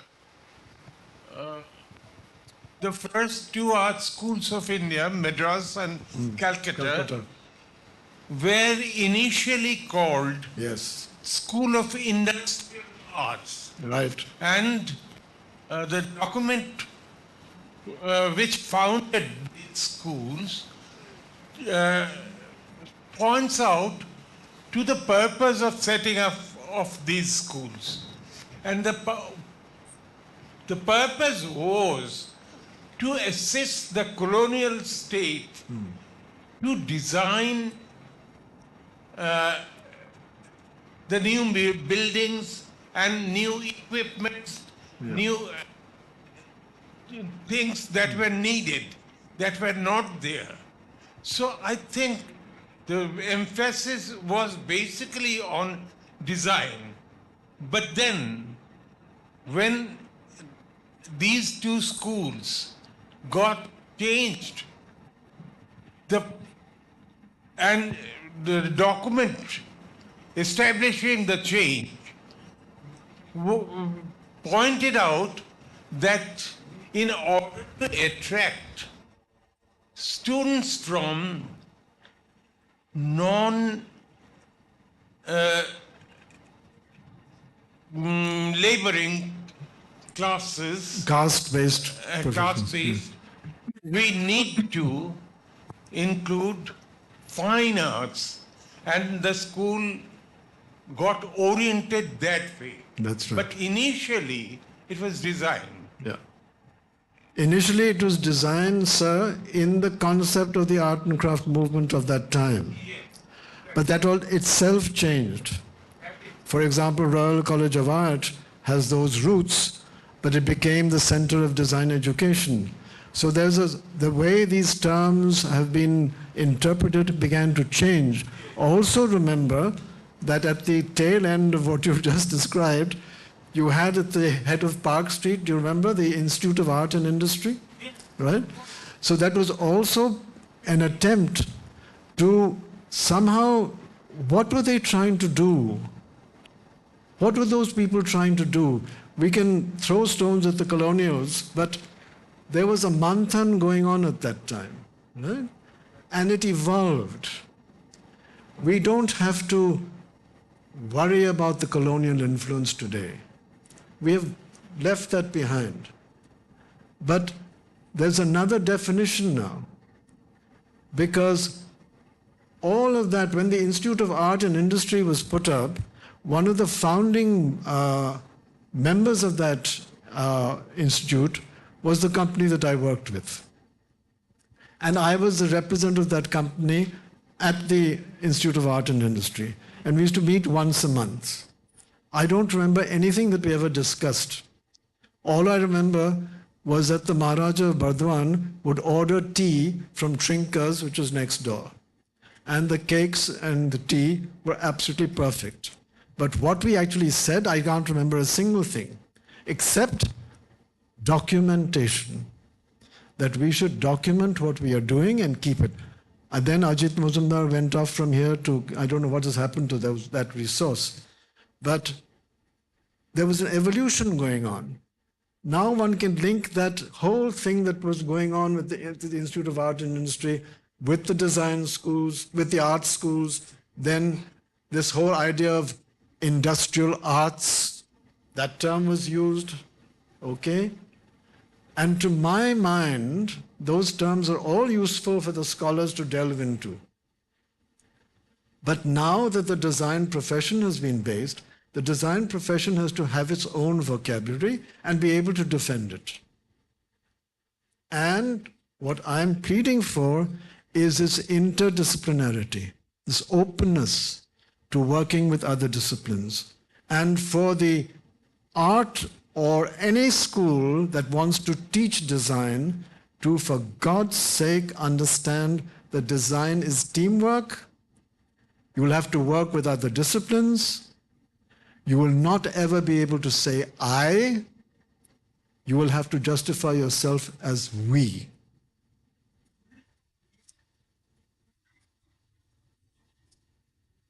Design education in the country, it gives a significance to your warning.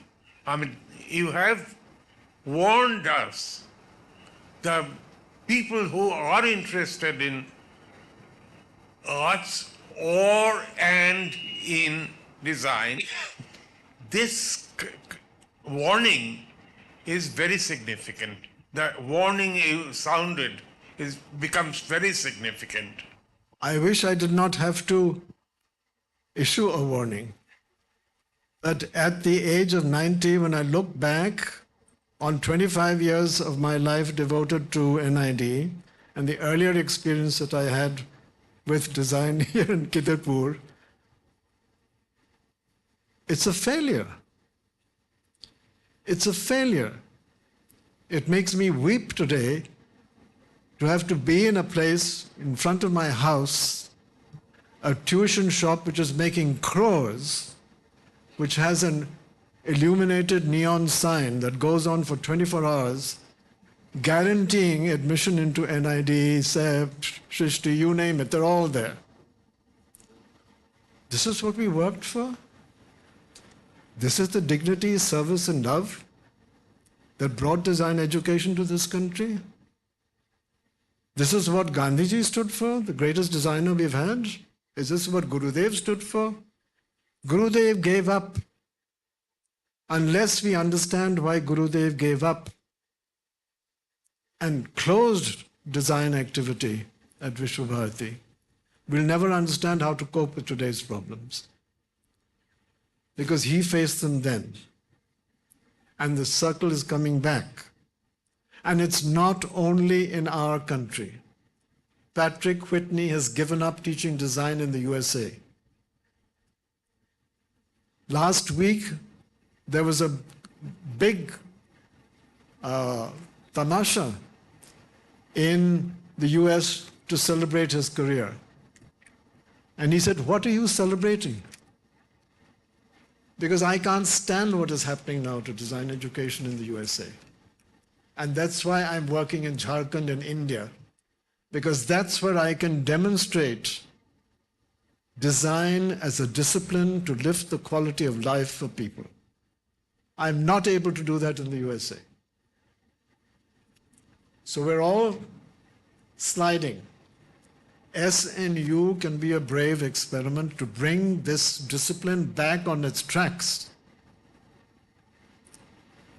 But to do that, you have to respect the discipline itself, not put it as an add-on, but to give it the respect that it is seeking and it deserves. Because you cannot sustain this planet unless you take design seriously. The greatest resource of design in terms of our craft sector, of the entire planet. So we really have to take these things very seriously, and in the context of the question that you have raised.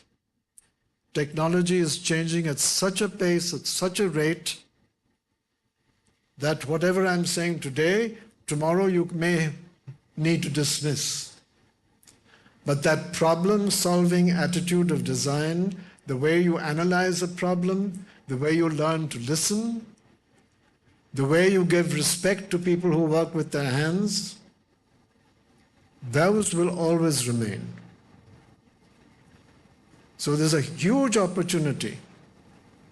And why I come to this seminar is the chance that a new school based in Calcutta can tell a story which needs to be told, and which began in this region, and which began in 1919, 100 years ago, 106 years ago.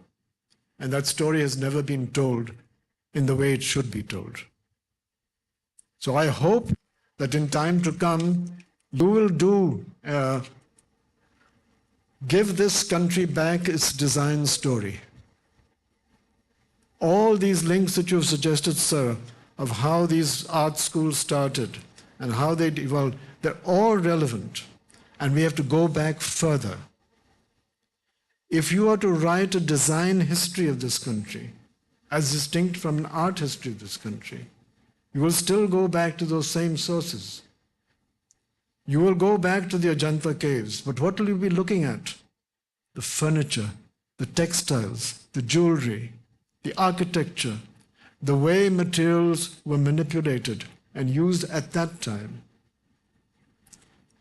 And then you might understand that every year, for the past few years, this city has been given the world one of the greatest design expos you can imagine at Pujo. But who ever talks about Pujo as Bengal's design expression? 2 years ago, I was here at Pujo time. There were design people from other parts of the world hovering around the pandals. None of those 9 design schools in Ahmedabad sent anyone. And I would suspect there were no students of design visible there from anywhere. And yet at Pujo, you have a concentration of the ability of Indian kalakars, designers, architects, craftsmen, etc., doing exactly that, because they are using artificial intelligence. They're manipulating new materials in a way which is unimaginable.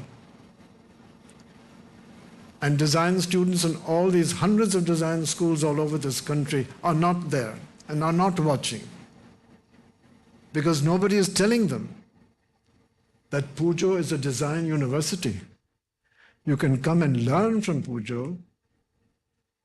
Tapatidi is the one who put it on the map of World Heritage. But where the hell are the designers of this country at Pujo time? Why are they not flooding this place?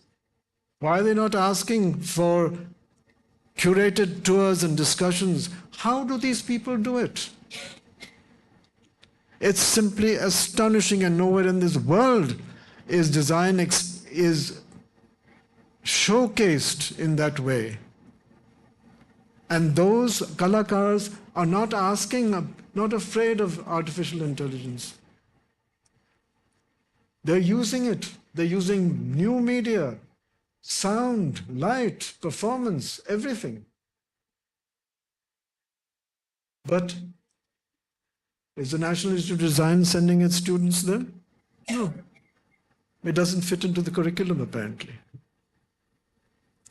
So sometimes I think we are like that only. There's no other explanation for it. It just makes no sense to me.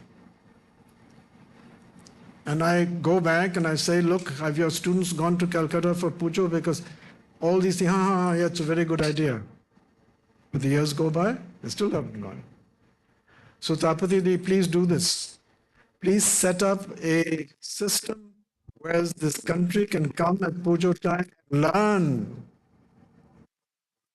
Because Calcutta, for those 10 days, is a design university, teaching media, material, technology, teaching color at a scale which is, you can't call it world class because it's a class by itself. The world is not nothing compared to that. And you have a chance because you're in the city. So I'll give this to you. You can give it to your sister. You see, just a moment, Pulahai. Yes. I think what you said just now is because you're looking at the point of view from the point of view of design. Right. There are many people in Calcutta who look at Pujo from the point of view of art and craft. So it's the point of view that I think makes the difference. But nothing wrong with that, Pulaha, but all I'm just saying is that why does the design community wake up and say, my God, we have a resource at our disposal? I think the few designers who are here, who have been through the design experience and who have worked in design, they appreciate it from the point of view of design. But yes, but I'm saying, can you use it as an educational tool for the next generation? We can. That's what I'm talking about. 2 years ago when I was there, I went to a small pandal. I forget where it was. It was a recreation of the Benares Ghats. And another one, which was in honor of the ocean. And there were industrial materials being used there by artisans, manipulating material in a way which would be just unbelievable in a design school. People would say, we didn't know you could do this with this kind of material. But here were these people doing it. And when I asked the architect who was in charge of that particular thing, he said, we do two pandals a year. That's all we can cope with. But it takes us 6 to 8 months of visualization. And I said, who does visualization? He said, the artisans do. So that means you have design teachers here. These things, can put them on paper, can create these ephemeral objects which will disappear. Yeah, definitely. So use it as a resource. And where I think the design profession comes into this, let them at least lead. Yeah. Yeah. Thanks. I think.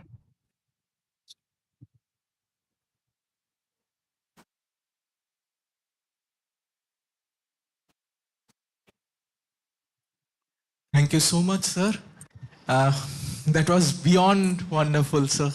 And now, to conclude this inaugural session, I invite Dr. Sanjay Sengupta, our head of the Department of Fine Arts and Design, Sister Nivedita University, and the convener of Confad 2025 to deliver his formal vote of thanks.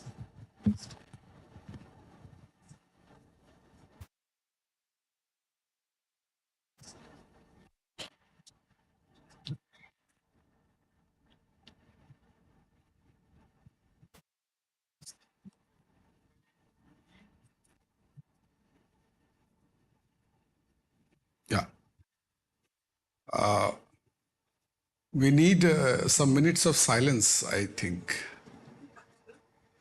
We need a couple of minutes of silence. I have an entire list of people to thank, but I'll just quickly thank one and all, everyone in SNU, everyone from the Lalit Kala Academy, Regional Center, Kolkata, and all the dignitaries sitting in front of me, my colleagues and my students. Let us have a pause of 5 minutes with a short tea break, and then we will come back for the plenary session. Thank you all.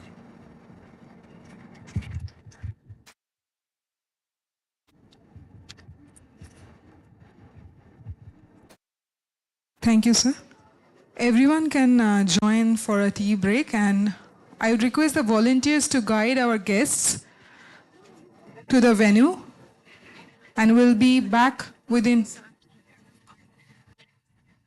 Okay. So guests can be in the hall only.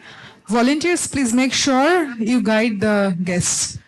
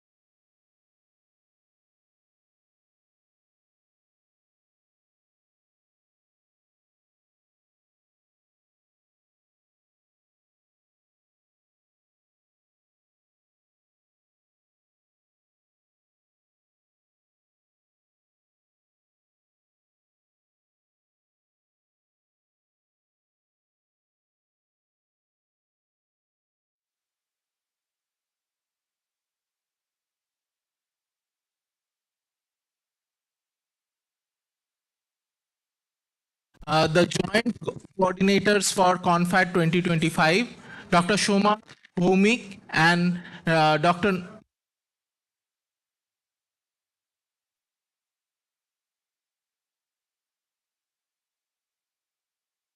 Professor Dr. Manisha Patil, Professor Dr. Tapoti Ghotakurata, and Dr. Ashrafi S. Bhagat.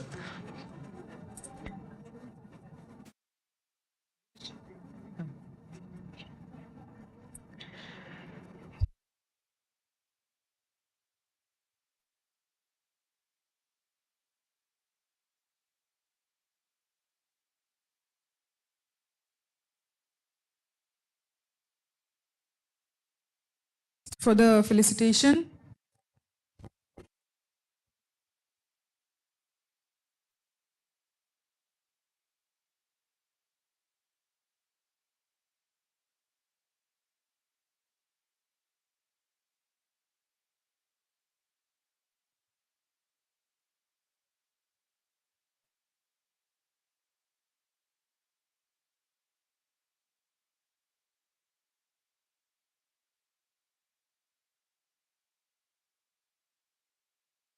First, we'll felicitate Tapoti ma'am.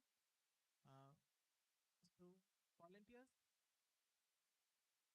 a huge round of applause for Tapoti ma'am, Manisha ma'am, and Ashrafi ma'am.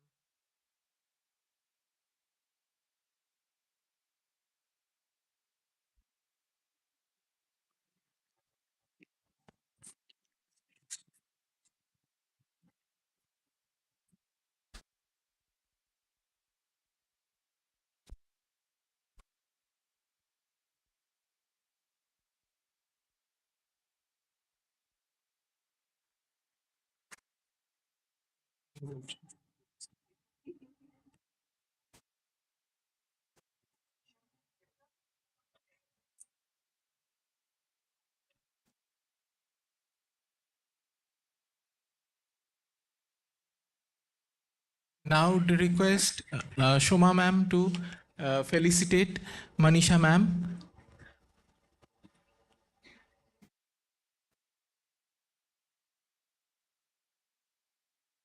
A huge round of applause for Manisha ma'am.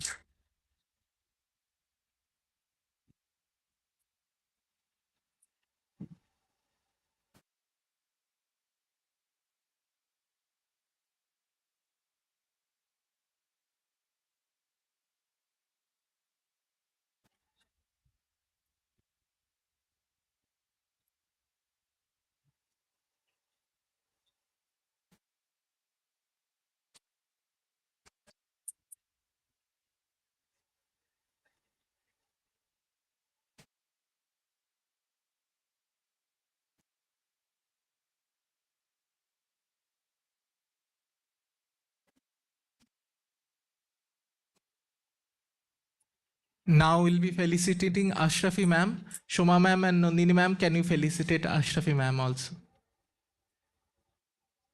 A huge round of applause for Ashrafi ma'am.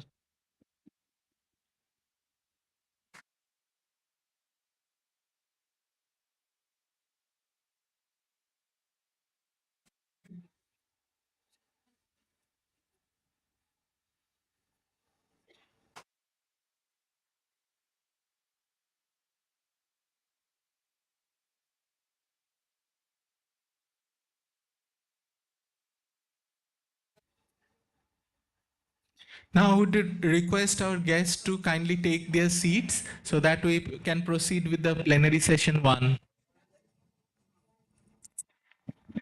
So our first distinguished speaker is Professor Dr. Tapoti Guho Thakurata. Professor Dr. Tapoti Guho Thakurata is currently an honorary professor of history at the Center for Studies in Social Sciences, Calcutta, and was its former director from 2012 to 2017. She has written widely on the art and cultural history of modern India and has held several visiting fellowship abroad. Her 3 main books are The Making of a New Indian Art, Artists, Aesthetics and Nationalism in Bengal, Cambridge University Press, 1992, and Monuments, Object Histories, Institutions of Art in Colonial and Post-Colonial India, Columbia University Press and Permanent Black, 2004. And In the Name of the Goddess, the Durga Pujas of Contemporary Kolkata, Delhi Primus Books, 2015. Her two new edited books are How Secular is Art, on the Politics of Art, History and Religion in South Asia, Cambridge University Press, 2023, and the Centenary Anthology of the artist Meera Mukherjee, From the Depth of the Mold, Gallery 88, Jadavpur University Press, 2024. Ladies and gentlemen, with a huge round of applause, please welcome Professor Dr. Dopati Thakurata ma'am. The stage is yours.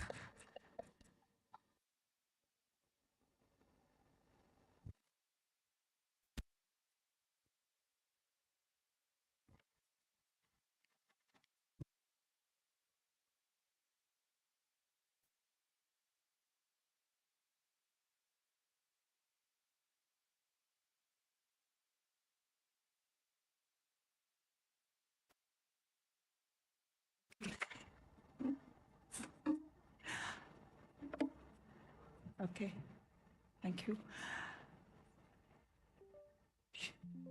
So should I say next when I need them? Yeah. Or can I operate it myself? Next button. Okay, that's fine. Okay, thank you. Okay. Let me begin by thanking the organizers for inviting me to speak in this session, and especially to Sanjay Sengupta, who was regularly in touch with me, but I know it was a huge team at work here. It's very difficult to now stand at the podium after Professor Ashok Chatterjee and everything that he did lay out. I almost feel apologetic for having a PhD, but I should say, that I belong to a generation and to a field. So I'm not coming from an art and design background. I'm a historian by training, and in that field, we could get our PhDs done with a degree of seriousness without having to pass any exams, because I was determined not to sit for any more exams after my master's. So if even joining a PhD program meant sitting these NET and SLET tests, I don't think I would have come into academics at all. But I know it's got much worse since in every discipline. Everything is now determined by quantity, not quality. API scores is about how many, not how good. And so we've all come under that standardized system that some people in our generation were lucky to have escaped. And I just wanted to begin, though it's nothing to do with my talk, to say that I think this system, the UGC, the degree courses, the compulsions of doing PhDs as a way of climbing up, has been a particular bane for institutions of art and design, because I know faculty and students who are struggling to say what use is a PhD, also to say a practice-based PhD is still not acceptable by UGC. So what are we saying here? That everybody, all sizes must fit one format, because the degrees come, your salary scales, your promotions. So you're creating more and more a racket, if I may say so, where PhDs must be done, publications must be brought out, peer-reviewed journals are coming. So it's a system, and a bit like Professor Chatterjee, I feel glad that I'm standing at the end of an academic career, not in the middle, not in the beginning, that we could escape a lot of this. Okay, so I do want to say then that maybe I should not feel apologetic for my PhD, because it came from a discipline and it came out of a system of values that we as academics in the city really enjoyed. I also want to say that I'm perhaps the only truly local person in this plenary session, since unlike Ina, unlike Professor Chatterjee, all of whom value the city so much, I've actually chosen to live and work here, so this is where I've been for my entire professional career. My talk today, so since this is on early institutes, and I know that both Ashrafi and Manisha will be looking at respective art schools and their histories, my paper rather is an invitation to think about a broader genealogy of pedagogy skills and practices that lie behind the coming of age of modern design in post-independence India. The moment is, of course, the 60s and the forming of NID. I hope to show how this genealogy maps a conceptual and professional shift from the colonial pedagogic categories of craftsmanship and industrial arts to a new movement asserting the central place of art and industry that emerged in Calcutta at the cusp of independence, growing out of the Government School of Art in the city. So I thought here there's a direct lead from what Ashok Chatterjee talked about on looking for the beginnings of design history in places where they're not seen to belong. So if Shantiniketan was one, and Sriniketan was one center, so was Calcutta and the art and industry movement. Okay, drawing on the work of a scholar of the art and design history of modern Japan, Christine Guth, and the title of her essay in the Routledge Companion to Design Studies, I want to make a case for excavating a history of design before design in the modern sense of the term, in the emerging practices of modern art, craft, and commercial design in late 19th and early 20th century Calcutta. And here, I will be looking at art, craft, and design as an amalgam, and I know that this is open to criticism by those who want to look at design as a separate and segregated field. And I come to the next slide. Now, sorry.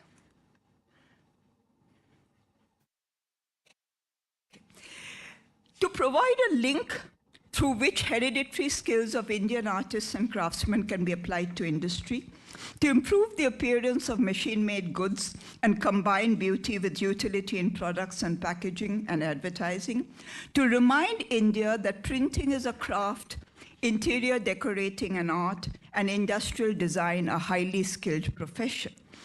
These were the objectives with which the Indian Institute of Art and Industry was founded in 1945 in Artistry House in Calcutta, then a major venue of the city's modern art exhibitions. The forming of the institute came as a follow-up to a series of annual commercial art exhibitions that were organized from 1941 onwards at the Government School of Art, Calcutta, under this forum called Art and Industry, with one of the exhibitions traveling to London in January 1944, where the accolades came as ample proof, I quote, that India's new industrial arts and design were of international standard, and that Indian commercial artists were, I quote, already equal to the finest to be found anywhere in the world. With its prime intention of raising, by all practicable means, the standards of commercial art all over India, the art and industry movement was driven by a twofold imperative of, one, equating artists with industry's requirements, and two, of illustrating to industrialists the art talents that were available in the country. In this bringing together of artists with manufacturing industry, what was equally at stake was a set of other claims. One that sought to make of the new practices of industrial and graphic design a modern artistic profession in its own right. The other, which continued to highlight the country's traditional handicrafts as an unequal resource pool for the new practices of commercial art. So, art and industry had other venues where the exhibitions would be held. And one of them was the iconic Hong Kong House, now called the HSBC building. So this is where we see how art moves to the heart of the commercial sector here. And Burma Shell, which was one of the main sponsors of the art and industry movement, actually had its office in the Hong Kong House. So this is a Martin and Burn building of 1922. HSBC goes back earlier, of course. So this is also where many of the art and industry exhibitions would be held. Okay, so on one hand, modern industry and manufacture. On the other hand, we look at the way the image of ornamental wood and ivory carvers featured here to play on the idea of the art of the hand as a key national heredity for Indian commercial design. Okay, sorry. Okay, this twin invocation of the prestige of modern art and the lineage of traditional craftsmanship within the forum of art and industry sets the context for my lecture, as it looks back from the 1940s at a critical transition in the discourse of design in colonial India, from the realm of handicrafts and the artisanal arts to a new social space of middle-class training and practice. So one of my key concerns is to explore the way the matrix of designing came to occupy a median place between the fine arts of painting and sculpture and the many older and newer skills of fabricating prints, patterns, and ornamental objects that would fall under the broad rubric of applied arts.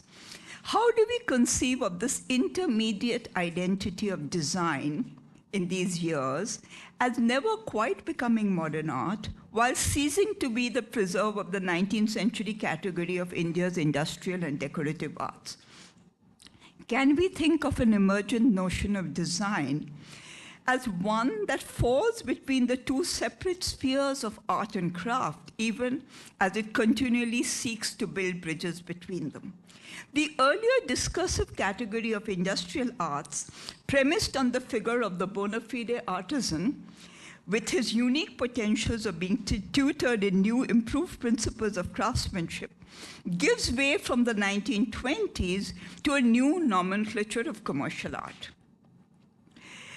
with its particular focus initially on graphic and industrial design.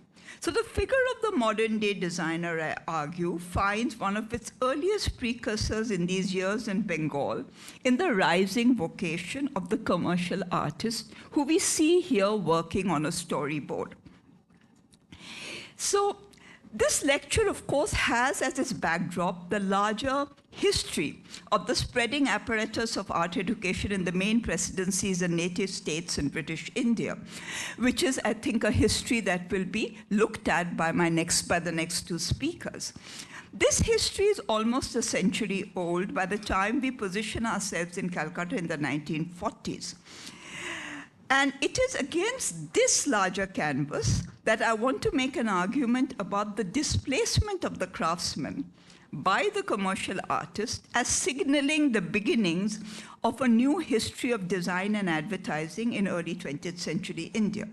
The laboring and performing craftsman, who we see on the left, provides the perfect foil to the new figure of the artist as designer. Modern industrial design continued to draw heavily on the designs, materials, and work processes of, so as I say, in this displacement, there's no neat unidirectional flow, because modern industrial design continued to draw heavily on the design, material, and work processes of India's craft tradition. Equally important was the extent to which, and this is important, the new vocations of design would capitalize on the moral economy of crafts as a living tradition and a unique national resource. And this has been talked about. The first section is called, The Lessons of India's Art Manufactures and Ornamental Design. And here I look back briefly to an early conjoining of the two terms, art and industry, through the launch in 1886 of the publication, the Journal of Indian Art and Industry.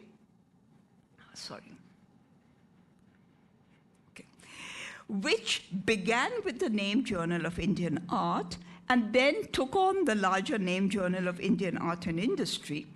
It was begun under the joint stewardship of two key figures of the colonial art administration in India, John Lockwood Kipling, then principal of the Mayo School of Art, Lahore, and Thomas Holbein Henley, then serving as the principal commissioner of exhibitions and museums in the princely state of Jaipur.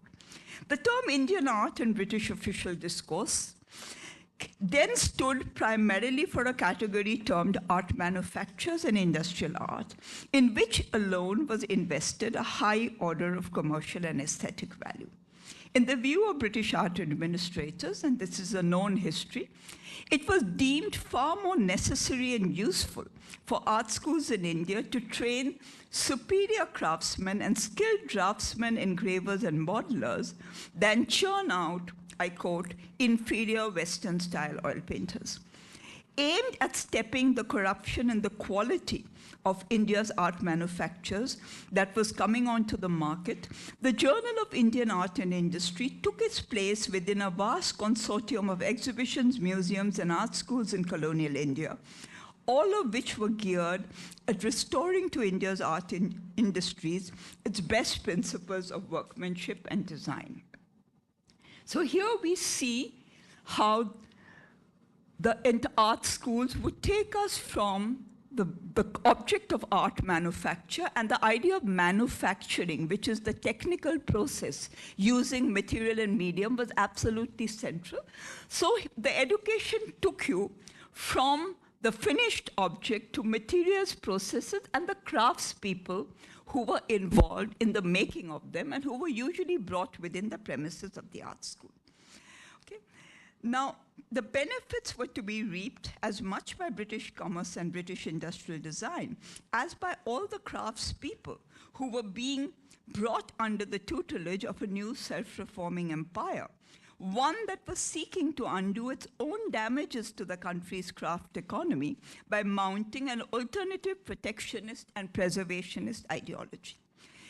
Now, a number of vital strands of colonial craft and design education come together in this single lavish publication, the Journal of Indian Art and Industry, which over its run of 30 years served to compile the largest available print archive on the art manufactures of the empire. What is particularly interesting is how the journal's main aim can be seen, which was to glean from these crafts a set of principles of ornamental design for abstraction and wider dissemination. So a key work that it performed was that of the abstraction and detailing of patterns from a variety of craft objects, architectural structures, whether they be wooden door jambs, brass or copper utensils, enamel plates, jeweled armories, stone inlaid mosaics, or woven textiles and carpets. Here we see powder horns made with buffalo horn. But we look at the way the object is kind of isolated with the detailing of the design. The project of the documentation of design on paper was intended to allow for the circulation and transmission of designs from one kind of surface, material, and objects to another. It was also to enable the design of, say, a carved door head to travel into the patterning of fabrics or enamel pottery, or for the ornate ceiling decoration of a palace at Fatehpur Sikri or a stone screen from Mathura, to be freely adapted by gold and silver smiths or by brass and ivory workers in other parts of India for oriental patterns and workmanship to be creatively taken up. It was even to be taken up overseas in the embellishment of the architecture and furniture of English mansions. So again, we see how detailed architectural drawing of the town hall architecture of Bulandshahr was then also being used to think about how design could be extracted from architecture and made to serve other materials, processes, and objects. What made possible the growing corpus of design portfolios on Indian architecture and artware was, of course, the parallel prolific assemblage of architectural fabrications, plaster casts, carved ornamental screens like we saw here, which were made specifically for the series of industrial art exhibitions that were held across India and the West and were commissioned from the craftsmen and the new art schools that were set up. These exhibitions in turn fed into the existing network of art schools and museums from where these collections of objects were sourced and to where they returned as a permanent site of storage and display. So each unit in this chain, then from art schools and their adjoining museums to the exhibitions and then to the print publication, function as an adjunct of the other. Together they fulfill the main objectives of British art instruction in India to serve, as I quote, a storehouse of traditional forms and designs. By bringing into existence a vast material and print repository of India's art manufactures and ornamental design, the JIAI, the short form for the journal, powerfully fed then into the operations of this integrated institutional apparatus. Now it's interesting to see how, so again, continuous focus on material, process, and on the performing craftspeople. Most of these were taken either at Jaipur or at the Mayo School of Art, which were the two sites from which material was constantly being produced. Now, it should also be noted that the Journal of Indian Art and Industry was itself drawn out of the amalgamation of objects that were collected and commissioned for two successive industrial exhibitions. The first of these was the Calcutta exhibition, Calcutta International Exhibition, Calcutta's own great exhibition that was held in front of the Indian Museum building, then new, on the open Maidan grounds, where we actually see here the outer scape of the fair onto the inner courts that were meticulously photographed, in fact, by a student of the JJ School of Art called Shiv Shankar Narayan, who was the main photographer for this.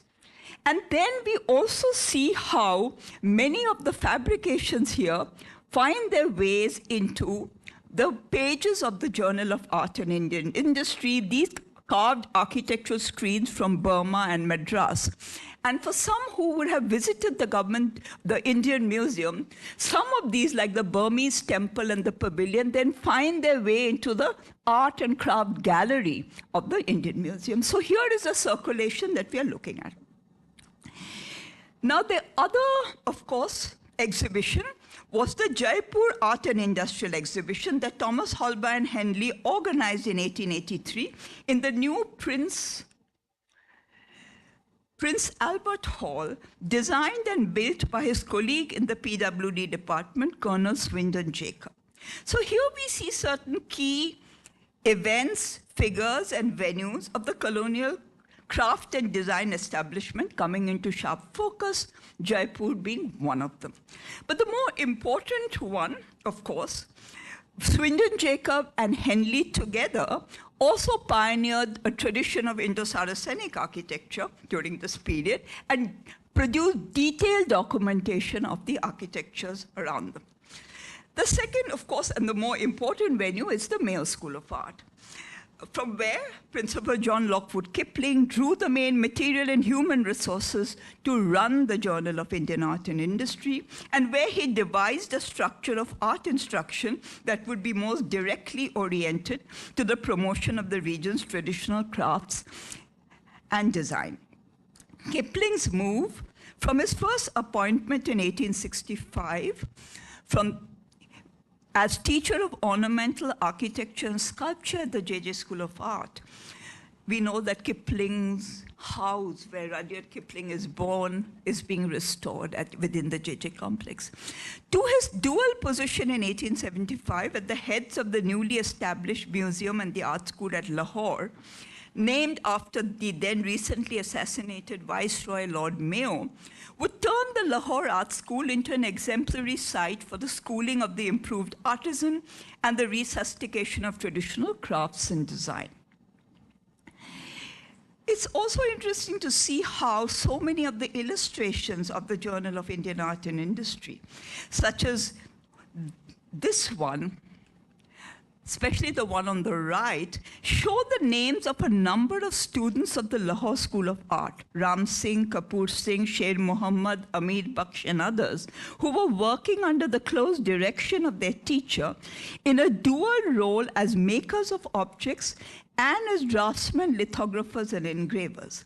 Kipling's master craftsman, Ram Singh, provides the most important instance of the graduation in skills and careers, as he works at the Lahore School of Art in the 1880s on crafting, designing, and supervising work, ranging from book illustration, furniture design, and wood carving to architectural moldings.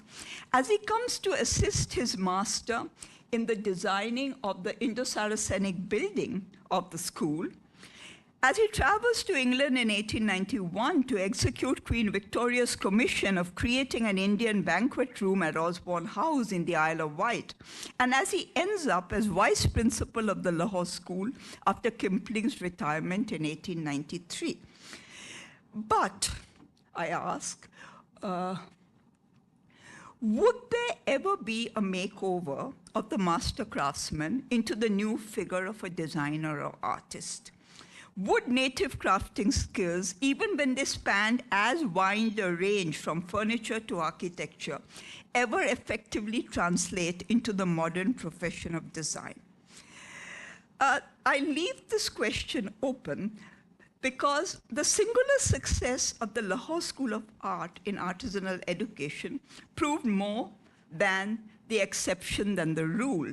And a figure like Ram Singh stands at this liminal space of not being craftsman anymore, but did he ever graduate to becoming a designer in a new sense of the term? That most industrial art schools in India ended up less in training hereditary craftsmen and more in producing drawing teachers, draftsmen, modelers, and engravers to meet the needs of government services and a set of new indigenous professions would push the scopes of modern design in another direction. The second section is called The Fluorescence of Print and Graphic Design in 19th and early 20th century Calcutta. Furthest from the spectrum of the artisan and the project of the revival of traditional art industries, located in a city with a different order of middle-class aspirations for Western-style careers in art, something that came up in Pranab Ranjan Rai's question to Professor Ashok Chatterjee. The Calcutta School of Art in the late 19th century presents itself as a sharply contrasted setting from its counterpart in Lahore. Along with the J.J. School of Art in Bombay, it developed its early profile for the academic training it imparted in the fine arts of painting and sculpting based on realistic nature and life study, and the copying of European old master paintings and antique busts, then housed in the adjoining art gallery within the school. Its standing as both a school and a school of industrial art rested on its parallel skills it honed in students in the applied arts of drawing, modeling, lithography, and engraving, and the opportunities it opened both for official commissions and independent commercial work for the popular art market. I take here the example of one early student and later teacher of the Calcutta School of Art, Annoda Prasad Bagchi. His years are 1849 to 1905, who stands as one of the successful products of the school and a typical early instance of such diversification in art professions. During the 1870s, he serves as the head of the student team working under the direction of Principal Henry Hoover Locke on several officially commissioned book illustrations. The most prestigious of these being the production of detailed lithographed illustrations of architectural panels of the Orissa temples for Rajendra Lal Mitra's magisterial compendium, The Antiquities of Orissa. The 2 volumes come out in 1875 and 1880. This was a project which, in its on-site compilation of drawings and plaster casts of temple sculptures and architectural panels for storage in the Indian Museum and use in the school as instruction models on traditional Indian architectural ornament, closely anticipated the labors and production process of the JIAI, and several similar enterprises being undertaken across colonial art schools of the time. In the same years, however, Annada Prasad Bakshi would also branch out from its livelihood as portrait painter and teacher of oil painting at the Calcutta School to set up in 1878 an independent commercial enterprise in Beaubazar called the Calcutta Art Studio that took on orders for portrait painting and photography alongside producing chromolithographed picture prints, both of portraits but also of cityscapes, and most popularly of Hindu mythological pictures. Drawing in other students of the art school, Calcutta Art Studio pioneered a trend of adapting academic art conventions in producing,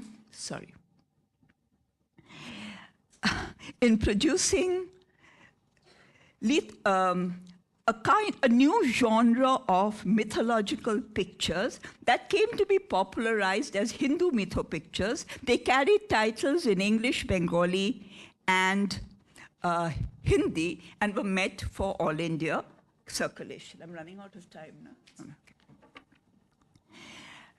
So now, by the last quarter of the 19th century, then taking the Calcutta Art Studio as a pioneer, which advertised its work in areas ranging from book illustration, designing of Bengali and English ornamental alphabets, to painting stage scenes and prosceniums too. So think of the range of work it is offering at that time.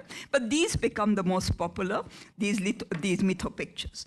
By the last quarter of the 19th century, we have then in the example of the Calcutta Art Studio, a representative sample of the kinds of indigenous commercial artwork, but this is commercial artwork not in the sense of art and industry later, okay?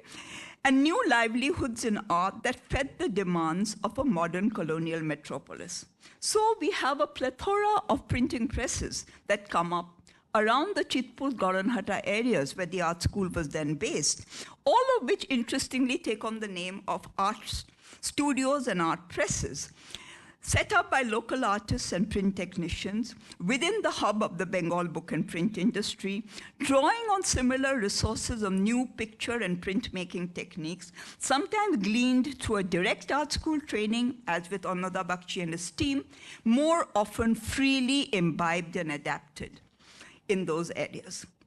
The shift of the Calcutta School of Art at the end of the 1880s, maybe early 1890s, from its location at Goranhata in the Black Town of the North to its new building on the crossing of Chorangi and Park Street, adjacent to the Asiatic Society and the new Indian Museum and the survey buildings that came up around it, undoubtedly brought a distinct change in the social and artistic profile of the institution and steered it into its 20th century history.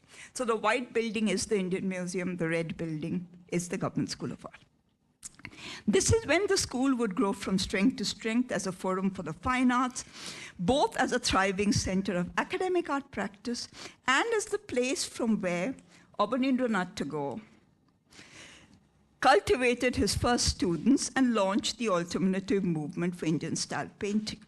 However, even as the dual legacies of academic and Oriental style painting jostled within its precincts, and the art school became a more defined stronghold of the educated middle class.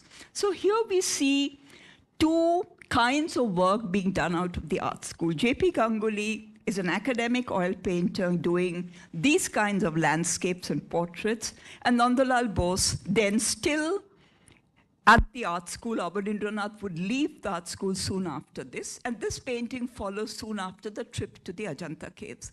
So we have both kinds of what we still call the academic and the Oriental style jostling with each other, and the school becoming a most defined stronghold of the educated middle class. At the same time, however, the problems of securing a career in art never went away then, and has not gone away since, even now we know. Nor did the hierarchies in the newly expanding educational and professional openings for this class that always kept art education at a distinctly lesser option. While the Calcutta of these years bred a powerful circle of art critics, connoisseurs, and patrons, and evolved a significant infrastructure for the practice and reception of modern art, for most art school trainees, there was a long, difficult road to be traversed, from eking out different livelihoods as drawing teachers, art tutors, book illustrators, cartoonists, and printmakers, to gaining the success and recognition of an artist. The emergence of a separate department of commercial art in the Government School of Art in the mid-20s, a subject waiting to be unearthed and researched, can be seen to have provided a platform of training and professional practice for such a group, and given it a newer orientation towards modern design and the art of advertising. Meanwhile, the indigenous circuit of commercial picture making that was fast spreading from the art of book illustration and cover designing into product advertising drew its main practitioners not just from within the art school, but also from outside it. And I show you here the example of one figure, the wood engraver Priyogopal Das, who was not from the art school. A very talented wood engraver on whom we have a very detailed work by Ashit Pal now. So Priyogopal provides a very good instance on how he's drawing on European journals and European imagery to develop a style of book illustration and cover design for a Bengali middle class market.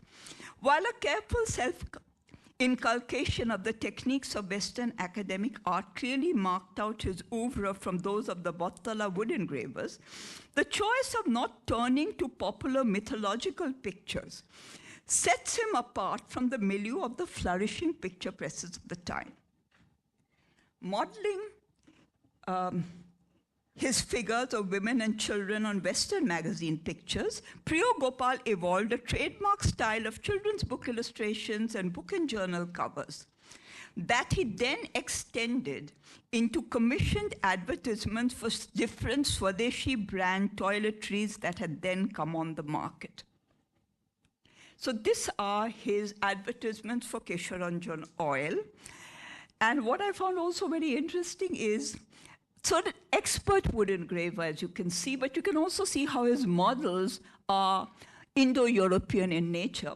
But here is also his detailed engraving of the house of C.K. Sen and Company, who would do Jaba Kushum and Ayurved, and who became one of his main patrons as an advertiser for the products he would do.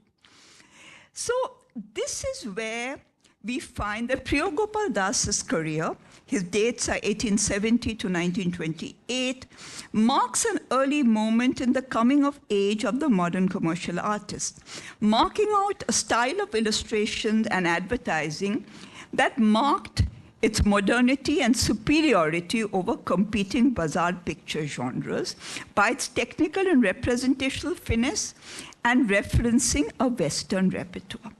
It also prefigures the time when the orbit of commercial art would be moving from the printed page to product labels, matchbox, gramophone record covers, and painted enamel signboards. And here I show you some of the material we have in our archive of these kinds of new product and designs and the art of publicity. So these are product labels designed by Priyogopal Das. Most of the work are from the collection of his daughter-in-law, Crystal Das, and now part of our archives. We have matchbox covers from the collection of Porimal Rai, who passed away last year, part of our archives, and a huge documentation of enamel signboards.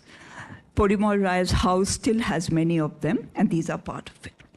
Now I come to the last section, which is the new movement and platform of art and industry during the 40s and 50s. It was the profiling of all these new forms of advertising and the cultivation of a new idiom of modern commercial design that marked the launch of the Art and Industry Journal in Calcutta in 1942, dedicated almost wholly to the art of advertising. And this is where it stood out, that its dedication was almost entirely to the work of commercial art.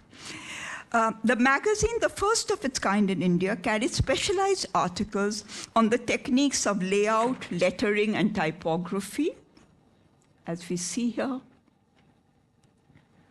Okay. Very, very interesting kind of articles that, so here is an archive that is waiting to be really written about on art of printing, on hoardings.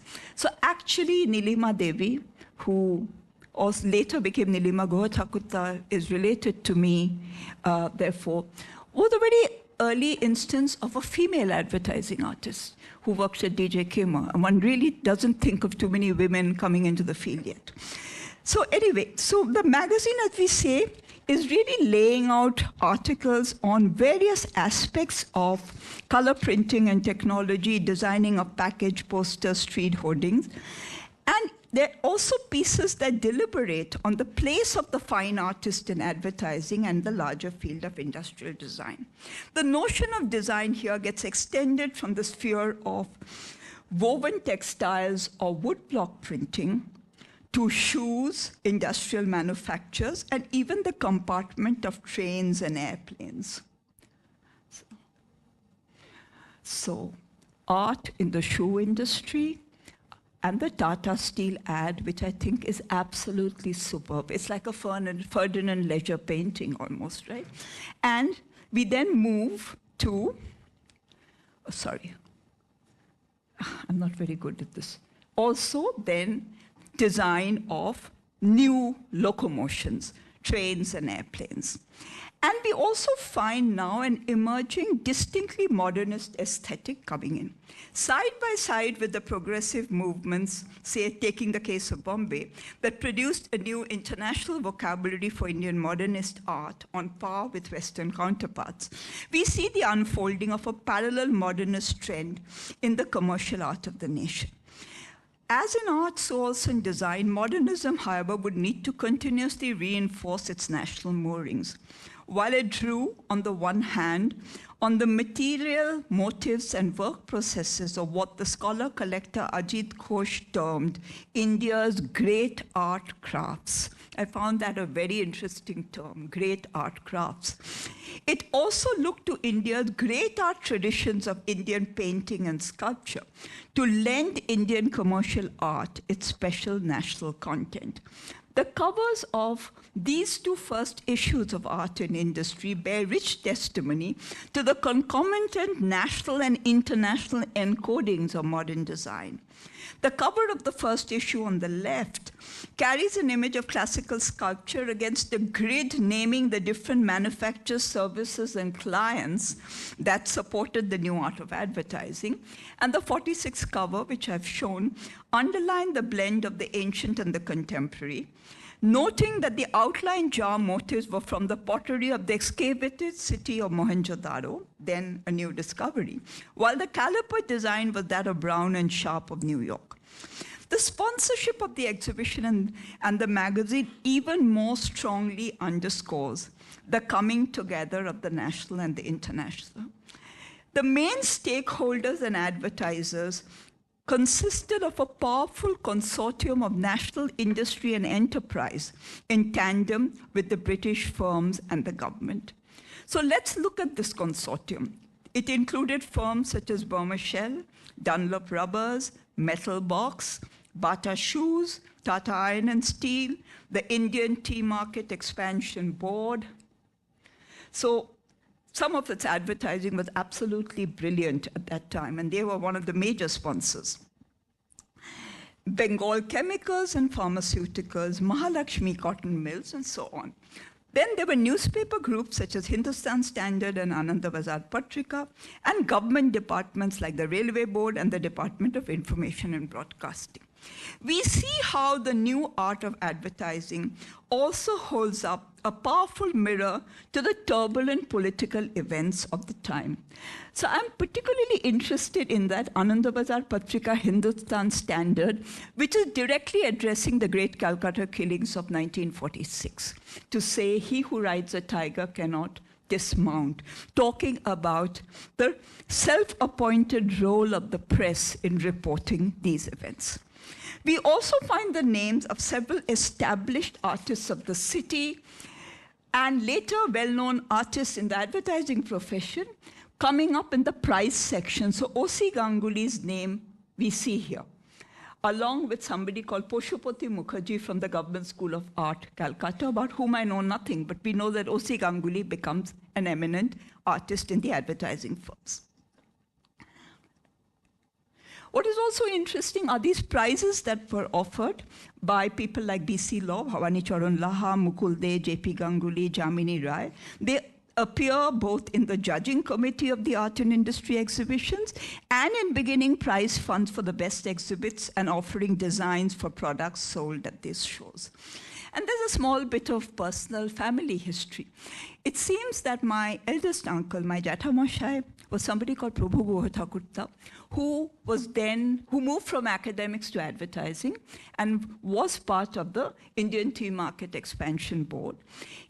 And his wife was Nilima Gohathakurta. And they emerge as very important patrons, and they keep appearing in the pages of art and industry. So again, that drew me again more. These are people on whom I did not know very much because my uncle died at the age of 42, so long before so none of us really knew him. And my aunt, of course, went on to becoming a Signet Press, kind of establisher of the Signet Press. As in several institutional spheres, in this realm of industrial design and advertising too, the transition to independence is signposted by the prominent configuration of Indian capital, social influence, professional expertise, and artistic talent. The pages of Art and Industry magazine amply reflect the new nationalizing thrust of the British-owned firms in a post-independence Calcutta that will remain one of the main hubs of the country's advertising industry. So I take here the case of the firm DJ Kema. With branches in Bombay, Madras, Lahore, and Kanpur, the new Indian language service of DJ Kema was highlighted in a publicity campaign that talked of how one advertisement becomes 14, as the firm took on the translation of the advertisement in 14 Indian languages to reach out to the proverbial common man across the nation. This firm was the one directly involved in the production and layout work of the Art and Industry magazine, where the credit for the artwork in the early issues went to the creative team of, most famously, Satyajit Ray, but also Makhon Datta Gupta, I.B. Das Gupta, and Shibram Das. The latter three are much less known. The establishment of DJ Kema would stand central in the unfolding careers of several commercial artists of the city, not least of all we know, in the making of Satyajit Ray's own early career as illustrator, advertising artist, book, cover, and poster designer. The year 1943, when Satyajit Ray joined DG Kema as a visualizer and art director at DG Kema, was also when two of its senior advertising professionals, Nilima Gohathakurta and D.K. Gupta, branched out from the firm to set up the city's landmark publishing unit, the Signet Press, in 1943.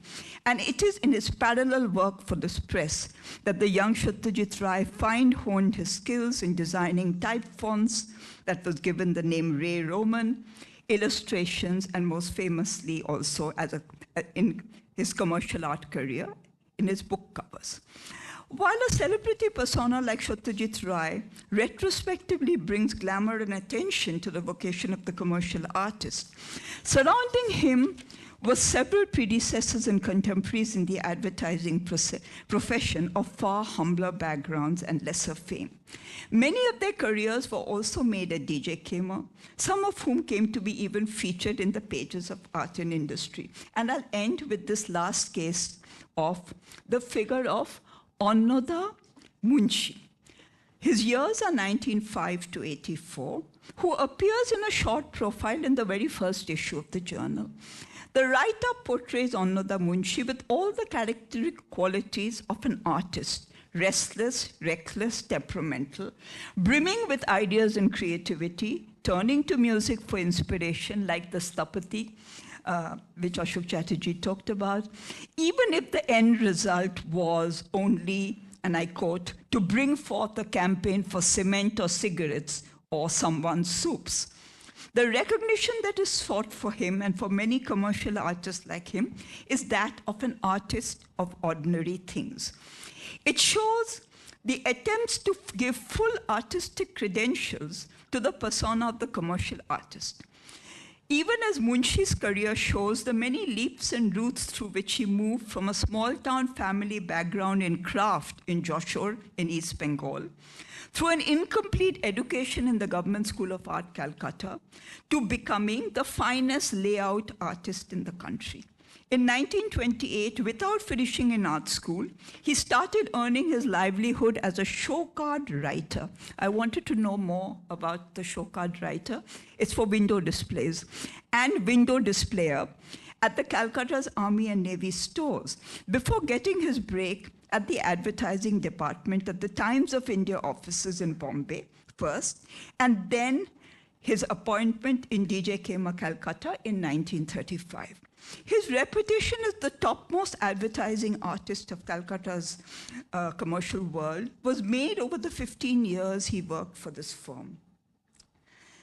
A remarkable photograph from the 1940s shows Onnoda Munshi on the left and his creative team holding up their easels and drawing boards in the art rooms of DJ Kema, a group of dhoti-clad Bengali men in a British advertising firm proudly announcing the Indianization of both the profession and its artistic vocabulary.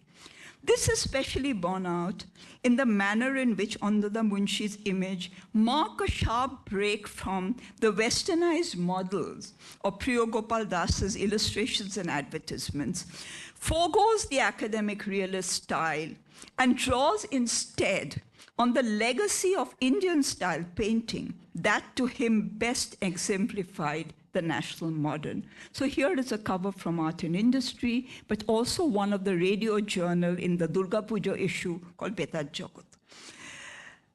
As we see in these examples of his work, in tune with the predominant style of book illustration and cover designs of the time, Onnoda Munshi over the 1940s and 50s evolved his own distinct idiom of modern commercial art.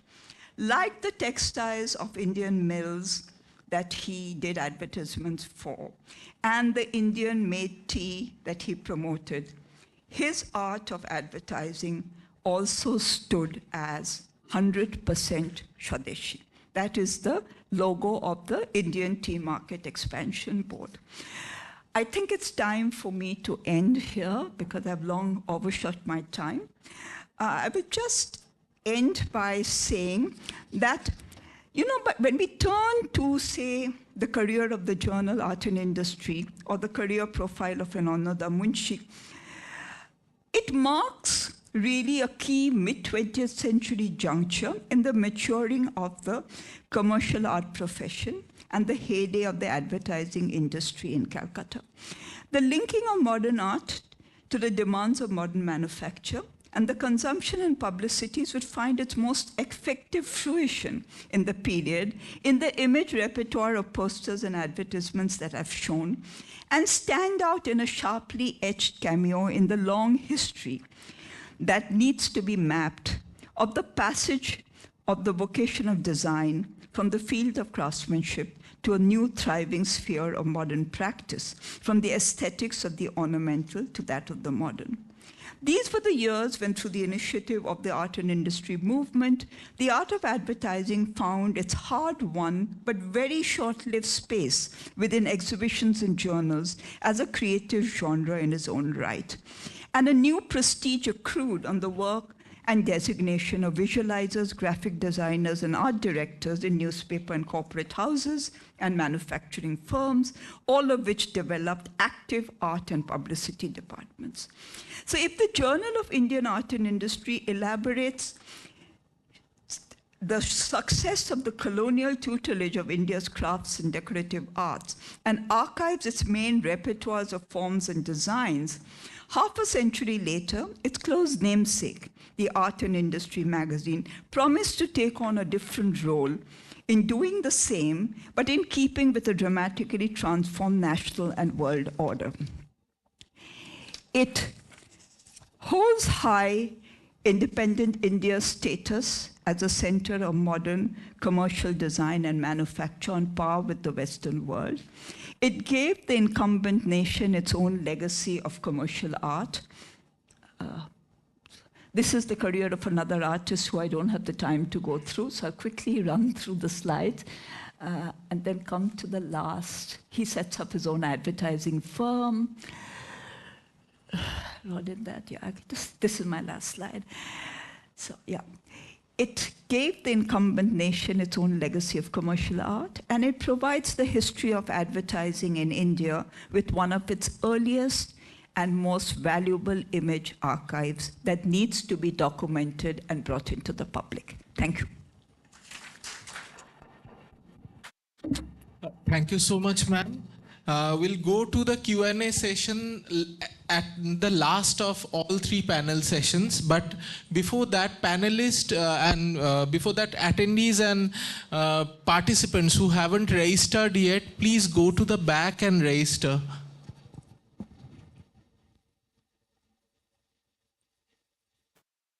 Thank you so much, Taupati ma'am, once again.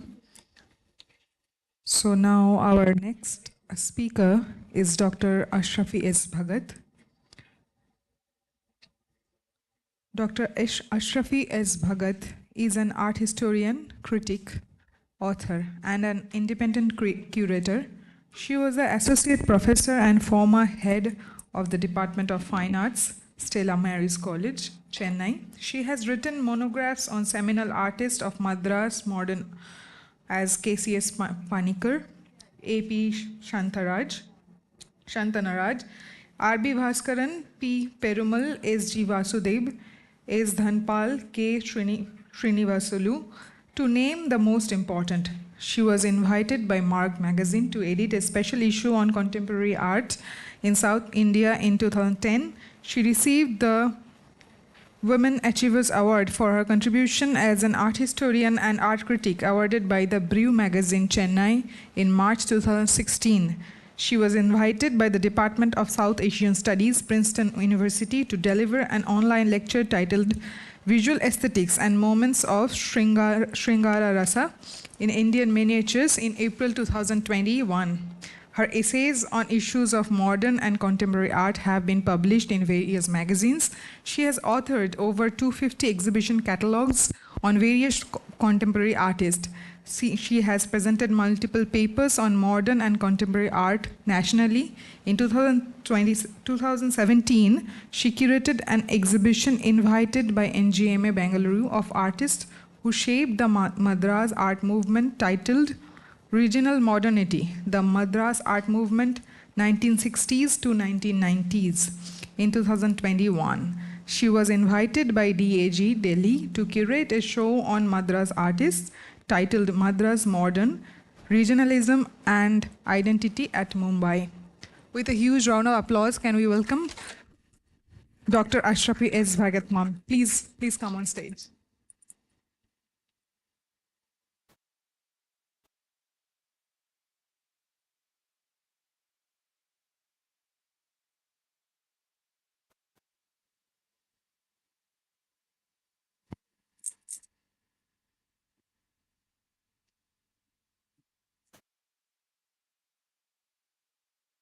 Thank you for that introduction. Good afternoon. At the outset, I would like to thank a few people, beginning with Nandini Ghosh, who was the first one to contact me and ask me to be part of this plenary session on a paper which was to do with the Madras School of Arts and Crafts. And of course, the main convener, Dr. Sanjay Sen Gupta, who was in touch with me consistently, warm, concerned, empathetic. And it was a pleasure, though we had never met, I felt I already knew him. And he's done a marvelous job of really, what do I call it? Creating this seminar, which I feel is quite ambitious. And it's a subject which I also feel very strongly that needs to be addressed. Many of the students today, or many of the people I know of, do not know much about the history of the art schools. And these art schools have played a critical and a very crucial role in creating basically the art education, which incidentally also created design, but of course design as a discipline came in only in the mid-1940s. My paper is more to do with, as I've titled it, craft over art, art over craft, and it is intersection of tradition and modernity in the pedagogy of the Madras School of Arts and Crafts. The Madras School of Arts and Crafts was the first institution to be established. That was in 1850. Now, within the contemporary milieu, art and design index separate and distinct disciplines. If the history of design is to be considered, then within the Indian context, one needs to retrospect to the powerful craft tradition that prevailed within the country. Craft, which is design-oriented, followed a goal-centric approach. Most of the principles employed in craft have been made by keeping its function and use in mind. In this respect, understanding the role of craft tradition in art education can be made through a study or analysis of the colonially established Madras School of Arts and Crafts, founded in 1850 by Dr. Alexander Hunter, who was a colonel in the army. An institution which gave impetus to talented students to pursue the profession of an artist by crafting handicraft objects with contemporary sensibility and design, and the saliencies of the craft traditions invaded the composition, offering a distinct character to the modernity in Madras as it emerged in the 1960s. I talk about this handicraft being extended as a study for the students by Panikkar, because most of the students passing out from the institutions were not able to pursue their career as artists. So as a result, Panikkar revitalized the craft workshops which were there in the school, and he brought about a paradigm shift. Art and design share a foundation in creativity, but they serve different purposes. Art focuses on self-expression and emotional resonance, while design prioritizes functionality and problem solving. As KCS Panikkar had noted in the 1960s, open quote, "It's a thin line that divides a great painter or sculptor from a great craftsman. It is often forgotten that a great artist is a great craftsman, for there can be no craft without craftsmen," close quotes. This, of course, implicated for Panikkar the notion of subjectivity formed via art and craft divide, played upon by the colonizers for their economic gains within the art institution. Historically, pre-Renaissance had only crafts, and the division came during the Renaissance with the identity of the artist getting established. During this period, art and design were interchangeable terms, wherein the design aspect in an art played an equally significant role. The colonial influence on design in India left a significant and lasting impact, blending traditional Indian aesthetics with European sensibilities. The colonially established Madras School of Arts and Crafts is sufficiently historicized to afford an analysis for taking on a different trajectory. It was craft-oriented when compared to Bombay and Calcutta, making it imperative to contextualize it as a body that initiated the modern art movement through the process of traditional craft pedagogy and inspiration from European modernists. Madras School offers this study of intersection of tradition and modernity. Tradition in the revival of the local crafts incidentally foregrounds design dimensions. As a matter of fact, the concept of design pedagogy begins here with the Indian artisans perfecting the structure and compositional layout through the process of patterning that essentially becomes the foundation of learning and practicing design. The paper will trace the development of the school's curriculum and pedagogy from its orientation towards traditional craft to the ultimate development of modernity in Madras. Establishment of art schools. The period that saw the setting up of the art schools coincided with the organization of the Great Exhibition of 1851, or the Industry of All Nations, at Crystal Palace in London. The Indian handicrafts displayed found an appreciative audience, for the products were designed of fashion with the aesthetics directed towards intricate design, dexterity and skill juxtaposed with correctly applied flat abstract decoration. By 1867, the British government had set up 22 schools of art, including the three major schools in the presidencies of Madras, 1850, Calcutta, 1854, Bombay, 1856, and Lahore opened late in 1878. The art schools were based on the Royal Academy and South Kensington School of Art and Design that imparted art education in England. The former were instructive, especially for fine arts, and the latter for teaching design. Such as a clear-cut distinction being made between the academies of fine arts and the schools of design, with the priority placed on the development of the latter. According to Topti to Guha Thakurta, open quotes, the aim was not to cultivate art for its own sake, but to cultivate superior skills of ornamental design and to bring this skill to bear on the ornamental, viable manufactory of the country, close quotes. The Madras School of Art was established on 1st May 1850. The success of this art school led Dr. Alexander Hunter in the following year, 1851, to establish a school of industry for imparting instructions in various useful arts, or in other words, crafts. His objective was to improve native taste through the humanizing culture of fine arts, making enthused references to the Indian aptitude for acquiring art. The implied gesture of Indian aptitude was concerned mainly with the Indian skills as copyist, the most lucrative capital for training and employment. The attitude remained dominant when, almost 50 years later, in 1910, W.S. Hadaway, the last English superintendent before D.P. Roy Choudhury's appointment as a principal, echoed similar sentiments when he said, open quotes, "The Indian student is about the best material available for teaching, very receptive minds and great skills of hand and common characteristics," close quotes. The prospectus of the school had a historic introduction which admits the original intention to teach the fine arts of drawing, painting, and sculpture, and also certain artistic crafts, wherein the knowledge of the fine arts may be applied to advantage.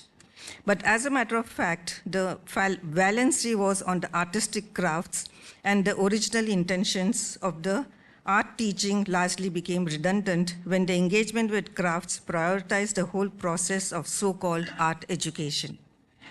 This dominant vested interest gave the Madras School of Arts and Crafts a different trajectory, for it had been developed as far as financial exigencies were allowed as an industrial institute for practical instructions in drawing and various regional crafts.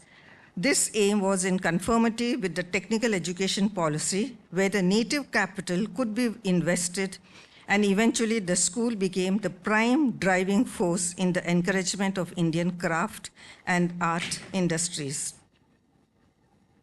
Due to consistent demand from the British public in the 1850s for Indian luxury school established by Hunter, served this vested interest for the promotion of industrial arts as a semi-commercial enterprise. The School of Industrial Arts was established in order to afford to the rising generation of the country the opportunity and means of acquiring useful handicrafts to improve the manufacture of various articles of domestic and daily use, now largely made in the country but rudely and uncouthly.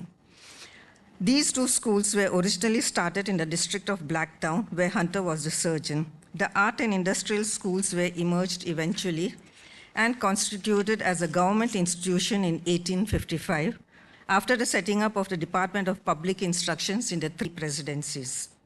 The curriculum. Hunter administered the school in Madras from 1850 to 1873, which remained craft-oriented as late as 1920s, with close links to local industries. Hunter's organization of the curriculum into the artistic branch and industrial section became major categories which made the institution a commercial venture.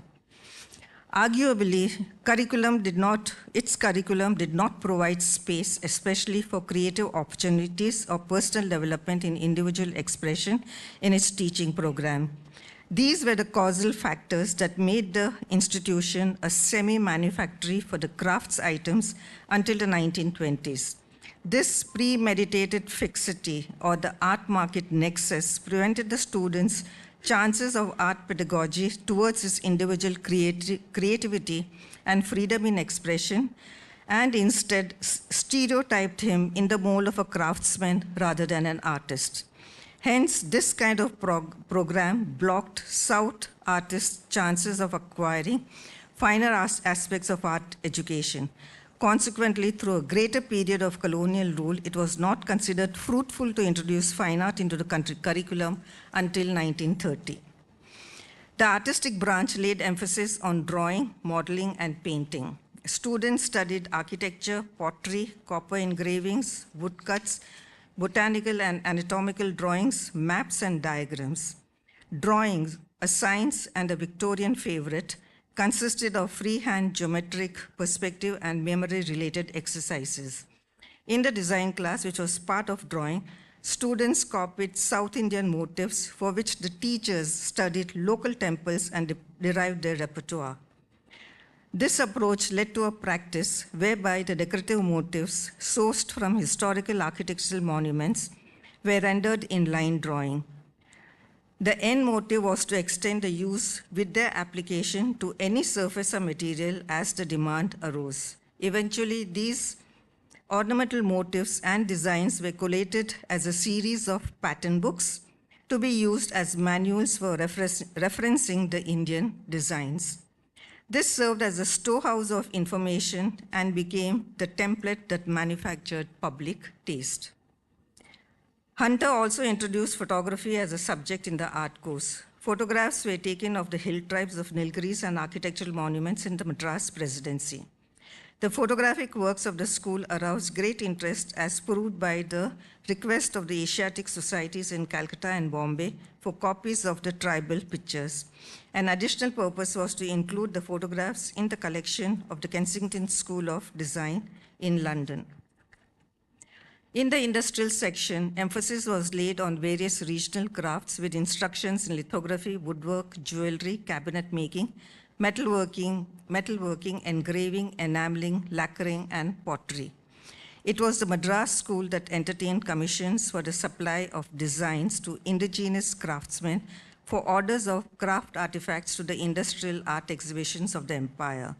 Sons of artisans enrolled in numbers since no qualification was required beyond the ability to follow instructions.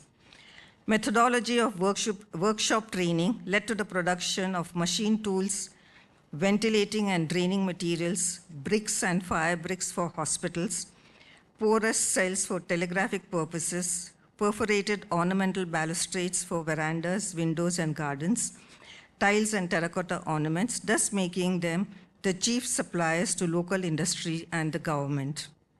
The school's curriculum, as it developed by the various superintendents, provides for the intersection of tradition and later modernity initiated under D.P. Roy Choudhury. The various superintendents who administered the school, including Havel, foregrounded craft education through the methodology of workshop teaching. E.B. Havel, the British art teacher, was appointed as the superintendent from England, and he arrived in Madras in 1884 to take charge. Havel's tenure was from January 1884 to January 1886. After this, for a period of 2 years, he was appointed as a special commissioner on the arts and industries of certain districts of Madras Presidency. A part of the uniqueness of Havel's art teaching lay in the pursuit of his deeply held belief in integrating craft and design. As Havel prepared to take over the reins, his predecessors at the school cautioned him that he would find Madras an artistic desert. But this proved otherwise. As he said, open quotes, "Yet, when I came there and began to organize the School of Arts as a craft school, I had no difficulty in finding within a short time exceedingly fine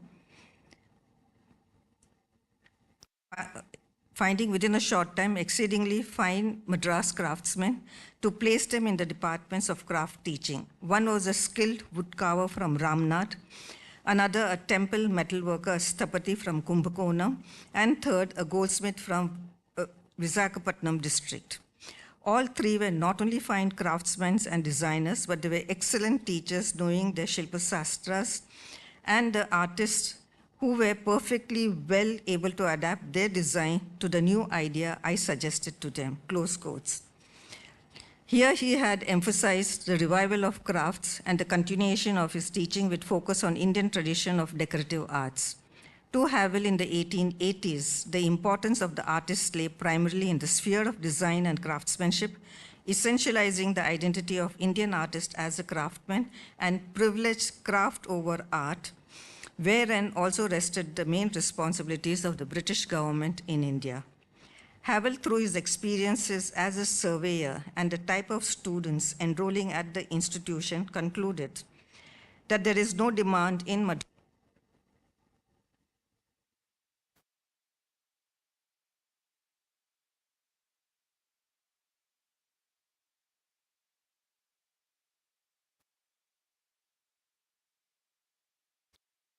So it is hoped, however, that this may in course of time be created. He decided therefore to organize the course of instructions, placing emphasis on handicrafts. The reason for change he gave was as follows, open quotes, "I have endeavored to reorganize the necessity that the work of students should tend towards a means of livelihood for them in the future. A sound and true development of art can only proceed by teaching the handicraftsmen of the country to look to their own occupations for the exercises of their skills or genius, and by convincing them that canvas, brush, and pigments are not absolutely essential for the expression of the higher aspirations." The school with the craft-oriented curriculum became the target for craft production when compared to the schools in the presidencies of Bombay and Calcutta. Imperial art education policies therefore determined the separate patterns of development of the four main schools in Madras and Lahore. Four main schools. Madras and Lahore came to consolidate their identity as forums for the revival and improvement of indigenous art industries with special emphasis on training in the applied and decorative arts. Colonel Hendley of the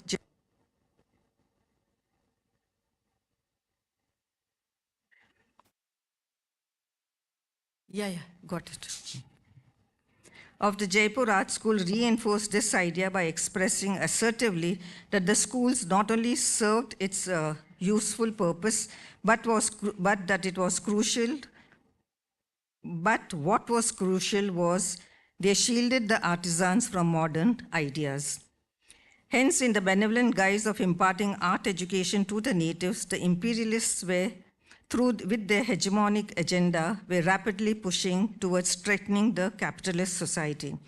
Also, by keeping them at the level of artisans and not enlightening them on the scientific development in the arts was perhaps one crucial factor in the South, where the educated middle class remained out of the art.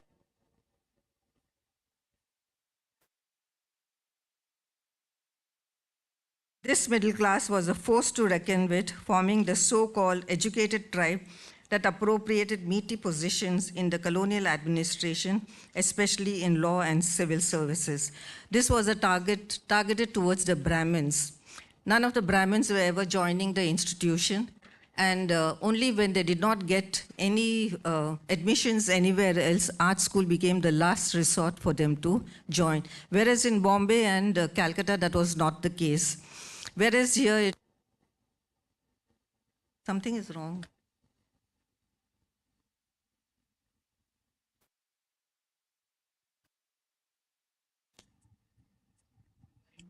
Yeah.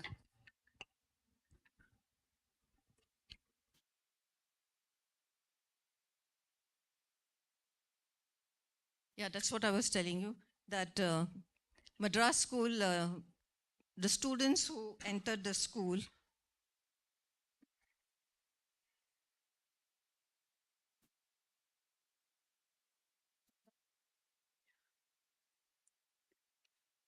oh yeah, thank you. So this was one of the main complaints, but the whole school curriculum had been developed in such a way that these were the educated tribe who never wanted to enter the school, and they appropriated much of the meaty jobs in the colonial administration, mainly law and civil services.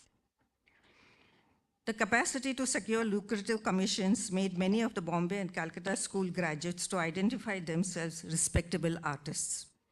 Owing to this, in these two presidencies, that is Madras, that is Bombay and Calcutta, the priority of English education among the intelligentsia opened up avenues for further gains. Madras hardly produced any artists on account of the industrial bias of the school and remained relegated to the artisan status. This was self-explanatory when in 1905, a committee recommended the name of the school to be changed to the Madras School of Arts and Crafts from Madras School of Arts. To further reinforce its different trajectory, the reorganization of the school was ordered. And in 1907, a retrogressive decision turned the school into one of applied art, with the artistic section coming under the Acts in 1910. This idea was confirmed by the government decision to bring it under the purview of the industries department.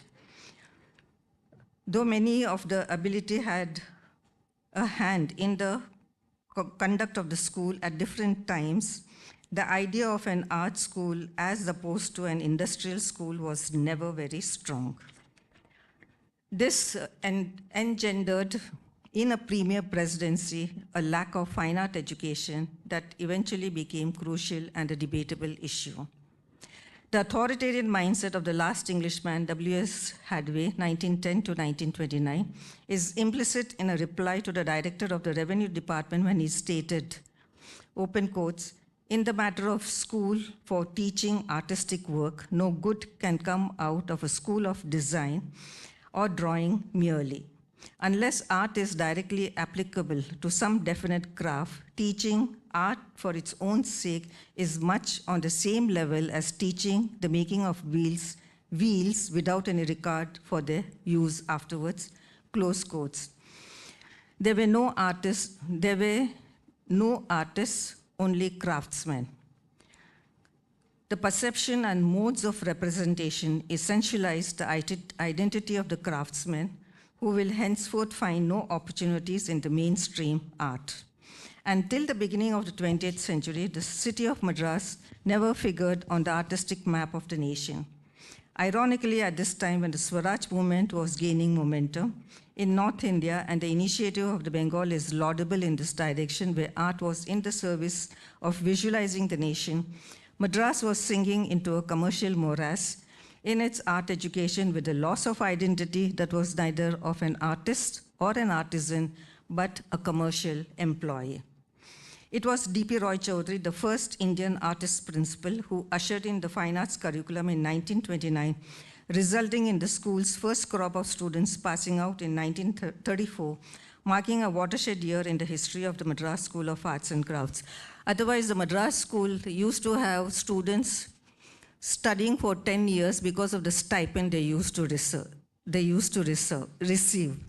But with DP organizing the whole curriculum and introducing fine arts, the whole scenario changed, and this is how Madras began to get the acceptance, and especially of DP Roy Chaudhary's presence within the art institution.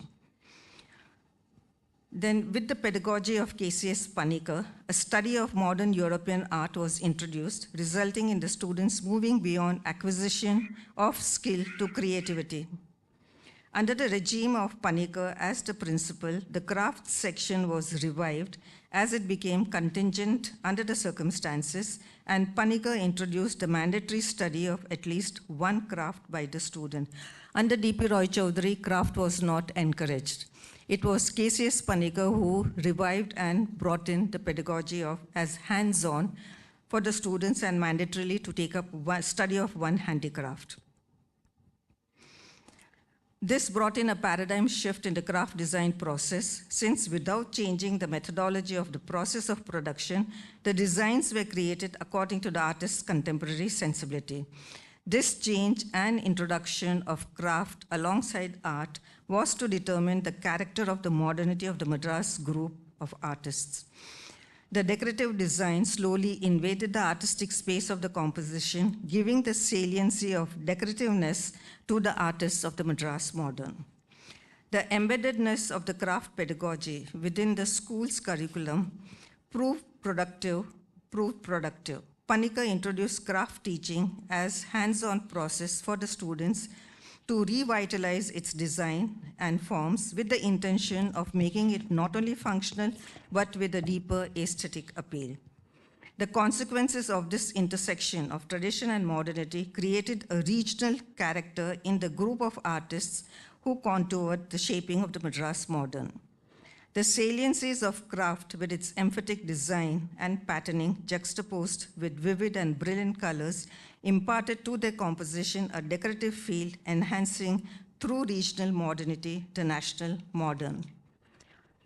Hence, I would like to reiterate the concept or an idea that design inherently is integral to our tradition, evident in the abstraction of sculptures on the temple walls and the miniature tradition of Rajput and Mughal paintings, until invaded by the academic naturalism that traveled from Europe to the imperial courts of the Mughals, and then later it spread provincial courts later. A design is the concept or a proposal for an object or process. The word design refers to something that is or has been intentionally created by a thinking creator. The modern concept of design did not have any common currency until the middle years of the 20th century. It developed as a direct result of the expansion of the market for the consumer goods and the democratization of taste. As modernity impacted on even a larger number of people, design, the visual and conceptual component of the mass-produced goods and images, took on the role that had hitherto been performed for social elite by the decorative arts. The latter arts or the decorative arts are concerned with the production of objects which are both useful and beautiful. The field of decorative arts encompasses ceramics, furniture, glass, metalwork, and textiles. Today, the school's curriculum, as it is developed over the decades of 1970s, 80s, and 90s, witnessed introduction of design-based disciplines as textiles, visual communication, design, ceramic design, and printmaking. Now, the importance of this craft and the design has the implication when KCS Panikkar began to debate the ideology of nativism, when he felt that Indian artists in the 1960s were going through an identity crisis. And it was at this time, around the beginning of the 1960s, that Panikkar's ideology of nativism became very, very strong, and it was here that he exhorted his students, as well as his colleagues, to look at the craft of the region, to look at the performing arts, to look at the folk and the tribal traditions, and then derived their inspiration by renegotiating these important traditions. Now, the design aspect here is very, very strong.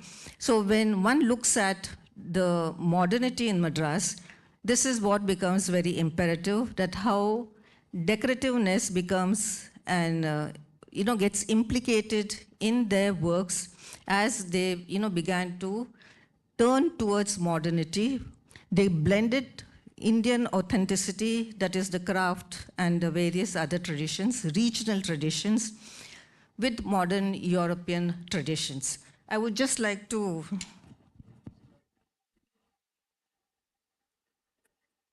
this one. Now, there's nothing much in terms of the products that were created in the workshop. So here that's Dr. Alexander Hunter, Mrs. Alexander Hunter. And that's E.B. Havel when he visited many of the villages in interior, today what is Tamil Nadu, and realized that the handicrafts of, the various handicrafts as well as weaving was declining because of the industrial products which were coming in from the mass machine products that were coming in from England. Now, this is the Madras School of Arts and Crafts. You see some of the sketches which are there. Oops, what did I do? Is there a pointer here? The middle one. No, not to go back, pointer. There's no pointer. Okay, fine. So what you see here, can you see this building on the left? That is the principal's quarters. That's where D.P. Roy Chaudhary lived. And that was the sketch made by one of the students, sometimes in the early 1940s or so. I found this in the Madras archives. And that's the plaque, which says only the School of Arts 1850. And that was also there. Very few images, visuals I was able to get from the Madras archives as far as the school was concerned. And that's the sketch made by one of the artists of the Madras art movement, Alfonso Aruldas.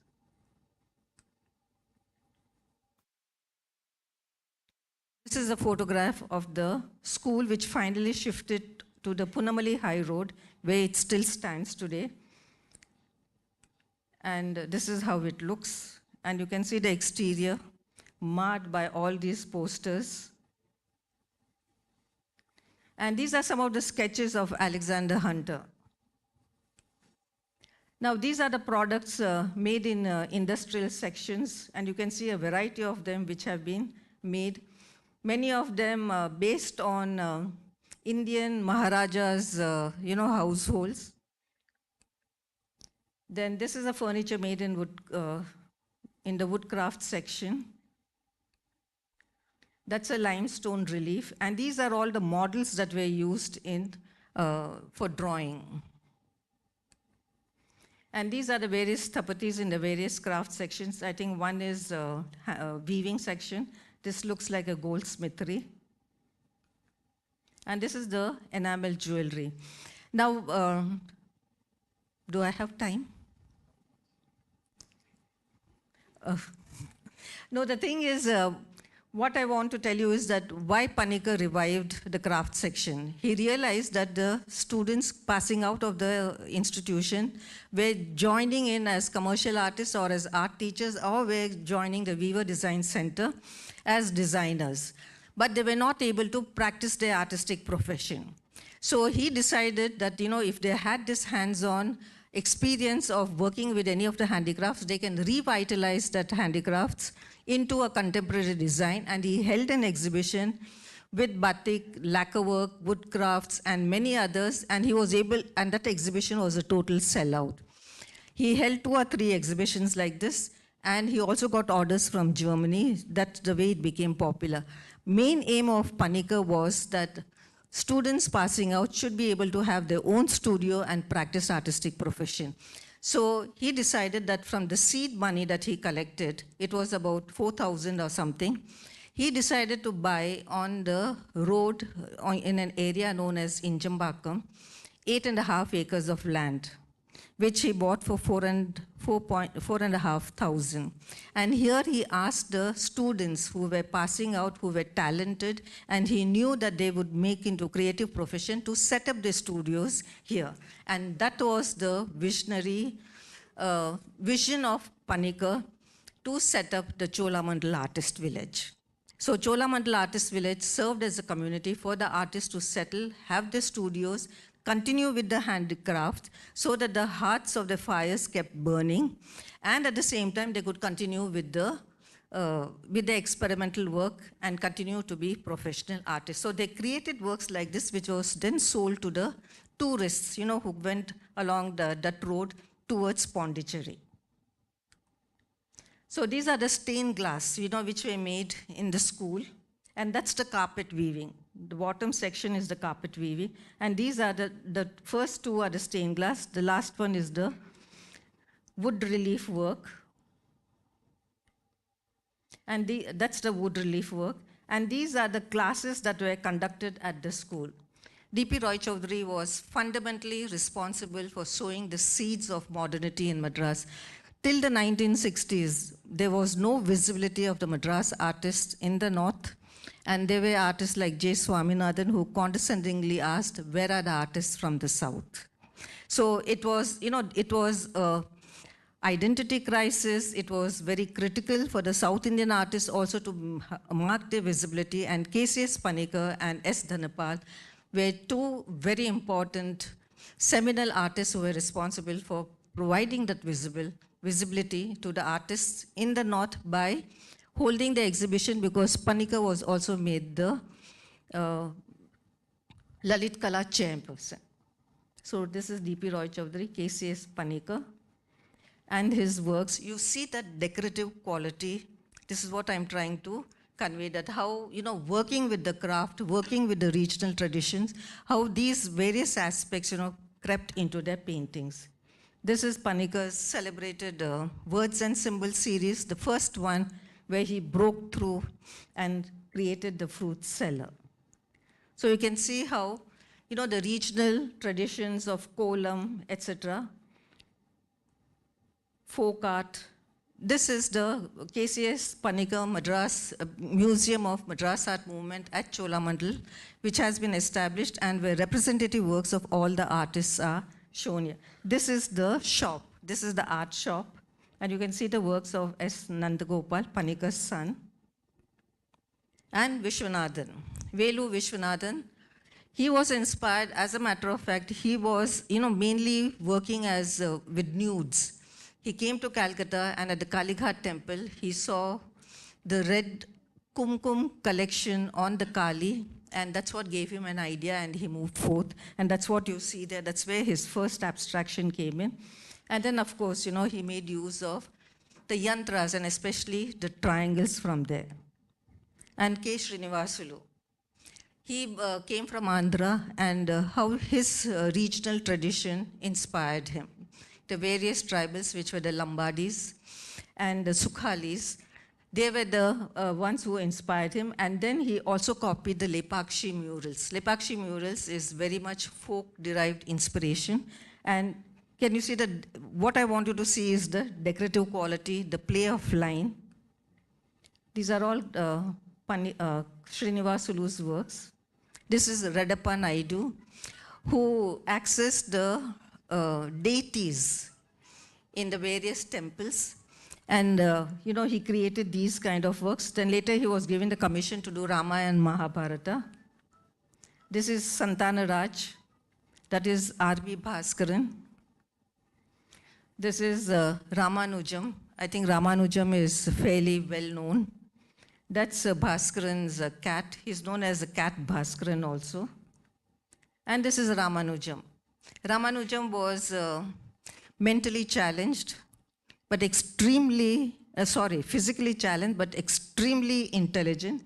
And when he came and settled at Cholamandal, he unlearned whatever he had learned at the art institution, Madras School of Arts, and created these kind of designs. He used to go to the cinema sets. he used to literally swallow up these various magazines which were there in Tamil and created these kind of designs. This is Alphonse Aruldas, who created his own style. Then that's Senadipati, who was equally inspired by the local tradition and by the tribal arts. That is Surya Murthy, and that's G. Raman. This is G. Raman's works. And this is by the woman artist Rani Nanjappa, who settled in US, and in order to preserve her Indian identity, she worked on columns and created these kinds of works. That's Arnavas Vasudev, and her inspiration came from mythology. That's Premlata Seshadri and her very Zen-like of works, because she's basically a printmaker and created these kinds of prints and watercolors. So thank you very much.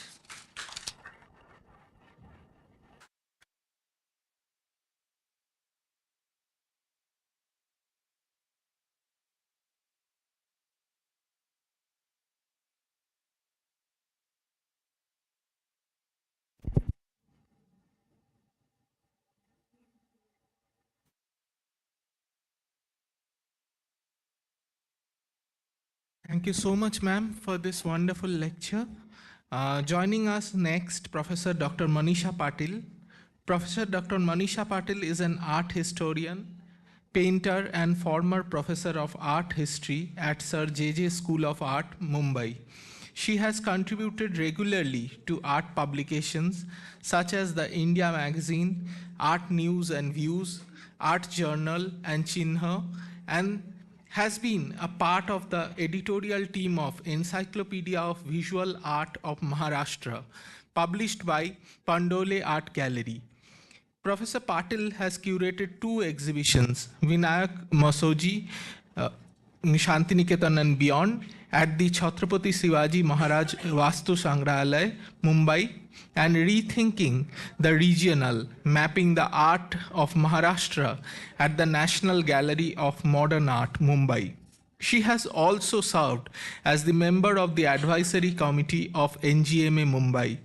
As a practicing artist, Professor Patil has had several major shows in Mumbai, New Delhi, Kolkata, and Chennai. Her doctoral thesis submitted to MS University of Baroda was on illustrated manuscripts and paintings from Digambara Jain Bhandaras of Vidarbha. With a big round of applause, let's invite Dr. Professor Manisha Patil to take the stage.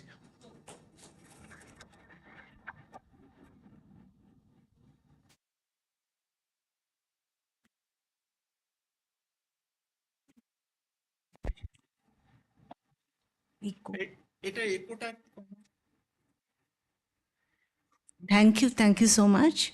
I know everybody is tired and hungry, so we need to rush to have our lunch now.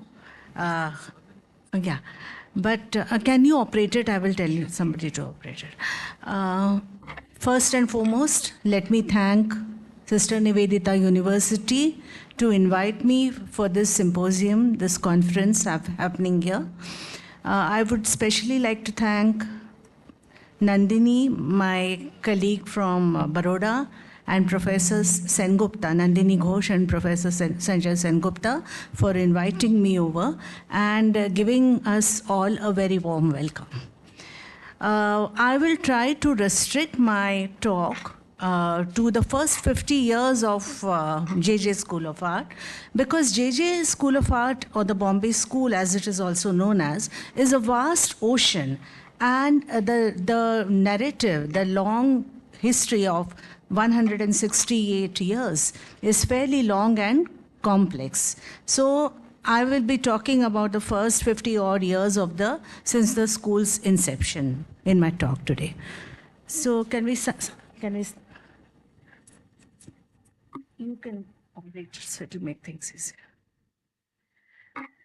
Sir J.J. School of Art and Industry was established in 1857 in the Bombay Presidency with the help of a generous grant of ₹1,00,000 by Sir Jamshedji Jijiboy, industrialist and philanthropist, and the first Baronet of Bombay. On the selection committee of the Great Exhibition of 1851 in London, where a large number of Indian crafts were displayed, Ashrafi has also already mentioned this, Jijiboy was impressed by their high standards and had no reason to doubt that, I quote, under proper tuition, the people of India would attain a high degree of proficiency in painting and sculpture, which would lead to an extended taste for such objects and pursuits throughout the country. Further adding that this will enable India once more to take up an advanced position among the manufacturing countries in the world. I have quoted Partho Mitter here. The third of the art schools, next one, established in colonial India after Madras and Calcutta, J.J. School of Art made a humble beginning on the 2nd of March in the premises of the Elphinstone Institution with a batch of 49 students and James Peyton, Joseph Crow, and George Terry as instructors. The art school, next one. The art school shifted to the present imposing neo-Gothic building in 1878. British policies of art education from the very outset were confused. On the one hand, there was the fine arts taught at the Royal Academy, and on the other, the course offered by the South Kensington School of Design. The latter was chosen as it was deemed fit for instruction for the native. Lockwood Kipling and John Griffiths, trained at South Kensington, arrived in Bombay and assumed charge of the ateliers of decorative sculpture and painting, respectively. The father and son duo of Michael and William Higgins supervised metalwork, while George Terry was in charge of pottery. Can you go to the next slide, please? Yes. Yeah. Kipling executed decorative sculptures such as the bas-reliefs for the Crawford Market. Next one, please. Yeah, the previous one. So Kipling executed decorative sculptures such as the bas-reliefs for the Crawford Market and freestanding sculptures for the next one. Freestanding sculptures for the Rajabhai Clock Tower before he left in 1875 to head the art school in Lahore. Griffith's noteworthy contribution was the ambitious project of copying of Ajanta murals, a task which began in 1872 and concluded in 1884.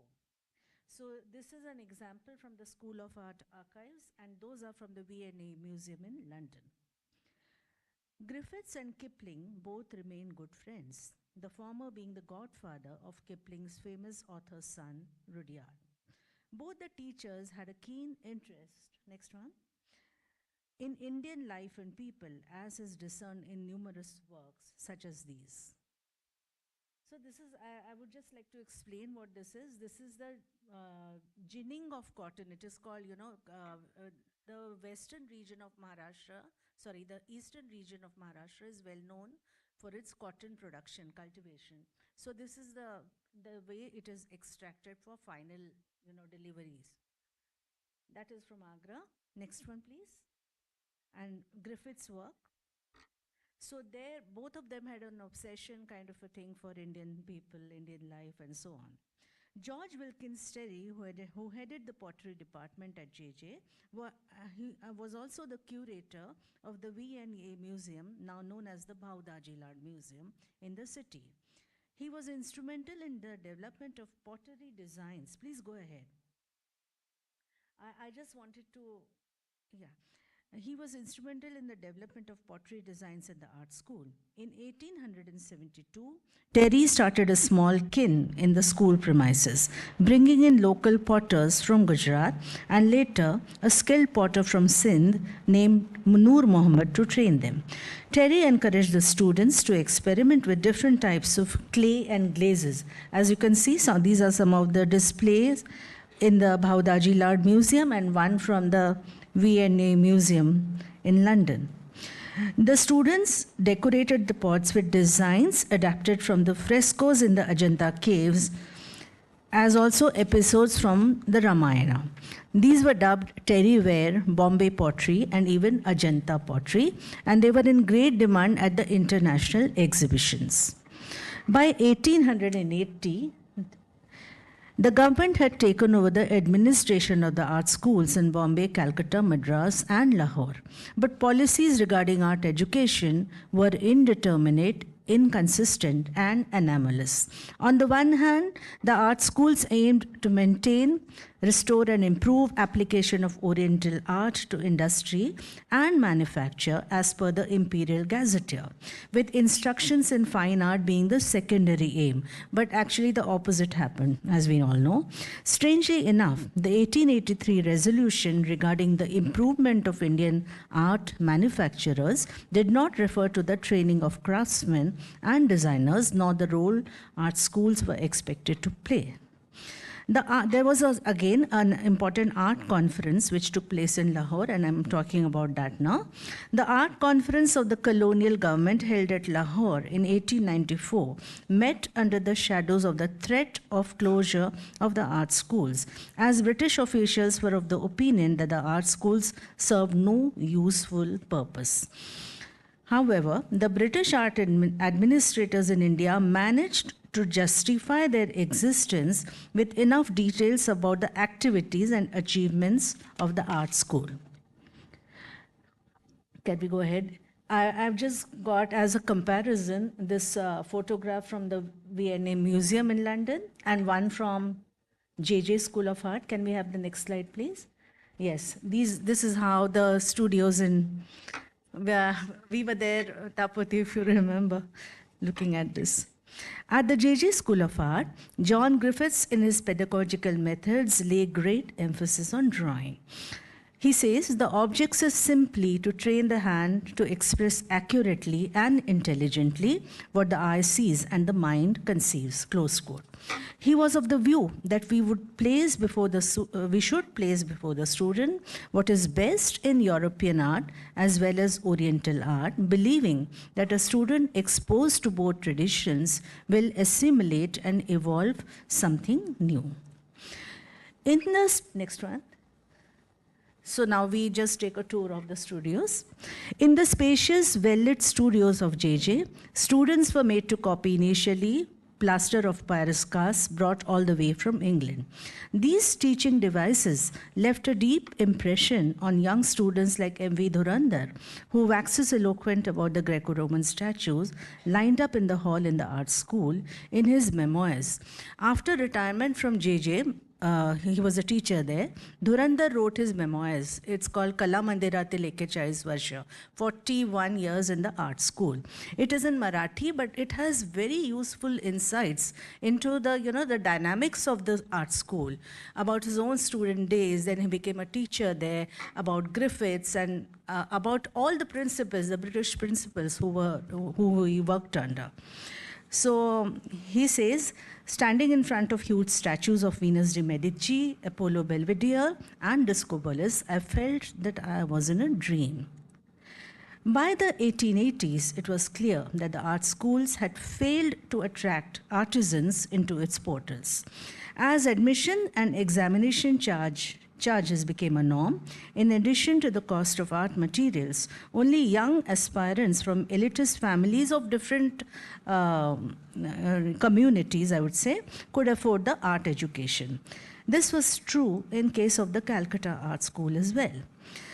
John Griffiths, who had a long tenure, had an impressive lineup of students and that included Pestanji Bomanji, M.F. Pitawala, and M.V. Dhurandhar. Can we just have a run through the slides and look at the kind of work which was produced there? So we are going to talk about some of these in our later also. But one by one, step by step, they graduated from the simpler anatomical studies to still life. Then next one, please. There was freehand drawing. So deriving from nature, they had to convert it into a freehand drawing, as you can see in the slide to the right, extreme right. Next one, please. Then these are all specimens from the JJ School of Art archives, very, very valuable specimens which tell you about the working of the art school. So this is a drawing by Bhonsle, and then drawing from, by that time even female students were getting admitted to the art school, and Dhurandhar also mentions some of the batches where the girls walk into the class. He doesn't talk very highly about them, but we are going to see the work of Trindad, A.X. Trindad, and his daughter, Angela Trindad, was a proficient painter. Next one. The previous one. So portraiture was one of the main subjects. So was painting from live models. Please turn it. So I was struck by the similarity of the pose and the trappings which are used here. It's a pot in the first one, it is a pot in the second one, and in the third one as well. So these are the kind of the way the models were arranged. This is by Trindad, whom we are going to talk about later.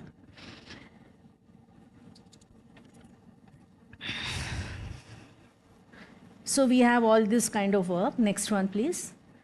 And now the alumni, some of the early alumni whom I'm going to focus on. We are now going to have a look at the works of the alumni. Pestonji Bomanji, who was the chief assistant to Griffiths in copying of the Ajanta murals. He and his fellow Parsi, M.F. Pitawala, excelled at portraiture, for which both received numerous commissions from the affluent Parsi community. Next one, please. Bomanji had the talent to transform mundane situations into vistas of poignant beauty. A particularly remarkable work. So next one again. That was the first one. Over here was the Ajanta copy. And we are now going to talk about this one. A particularly remarkable work of Bomanji, now in the CSMVS Museum in Mumbai, shows a plump lady, his wife Silu, feeding a parrot. Her sari draped in the Parsi style, her head covered with a traditional mathabana, a muslin prayer cap worn by a Parsi woman. A young child clings to her, while the wall behind her has traces. If you can look closely to the right, you can see traces of Ajanta drawings, a reminder of the long days Bomanji devoted at the caves. Then there's another sensitive work which shows an old bent Parsi man performing a fire ritual while his sick wife lies on the bed. Next one, please. Pitawala's classwork displays his proficiency in watercolor. So these both works are from the archives, and it's obvious from his huge talent that he became a sought-after portrait painter, whose brilliance is evident in the portrait. Next one. The portrait of his mother, which won him a gold medal at the Bombay Art Society annual exhibition. I'm going to talk briefly about the Bombay Art Society afterwards. So the quality of portraiture in the Bombay school was really, really good. Really, they came up with very high standards, as you can see here. Next one. There was another painter. He's not mentioned very frequently in the narrative of, in the writings of the Bombay school, but he's very well documented in the school archives, as well as a painter from Kolhapur. I think one of the persons who has written extensively about him is Baburao Sadvelkar, who is a painter and art historian himself. So the two works on the left are from the school, while the other works, a landscape and figure drawing, is from a private collection. And despite his talent, it is evident from which can be seen in the drawings, Abalal had to return to Kolhapur for some personal reasons, and he returned to his native town, where he lived a life of solitude, never married, never interacted with too many people, but he continued to produce a massive number of small format paintings in both oil and watercolor. He was patronized by the ruler Chhatrapati Shahu Maharaj of Kolhapur. Next one. The previous, yes. Griffith's student M.V. Dhurandhar, also from Kolhapur, speaks highly of Griffith's abilities as a teacher. All these comes in the memoirs and mentions one particular study tours to Ahmedabad, where the latter explained details of perspective and foreshortening to his pupil while painting the landscape of the Rani Roopmati Mosque in Ahmedabad. A rare architectural drawing of the mosque featured to the right can be seen here. Incidentally, JJ School of Art was unique in the inclusion of architectural drawing in its syllabus. Dhurandhar gained recognition, next one, early in his life when he was awarded the gold medal for his painting. Its title, a funny title, Do You Come Lakshmi, the one to the left, which doesn't have a color plate. In Bombay, in the Bombay Art Society in 1895, when still a student. Established in 1888 in the city, initially as a platform for amateur as well as professional artists to showcase their works, the Bombay Art Society gained immense popularity in the following years, and its annual exhibitions were marked by grandeur and ample press coverage. It included the participation of the likes of Raja Ravi Verma, A.H. Muller, and even Jamini Prakash Ganguly, J.P. Ganguly. Next one. So, sorry, can we go to the previous one? I want to explain what all Dhurandhar did. So, he even as a student, he turned out to be of great promise.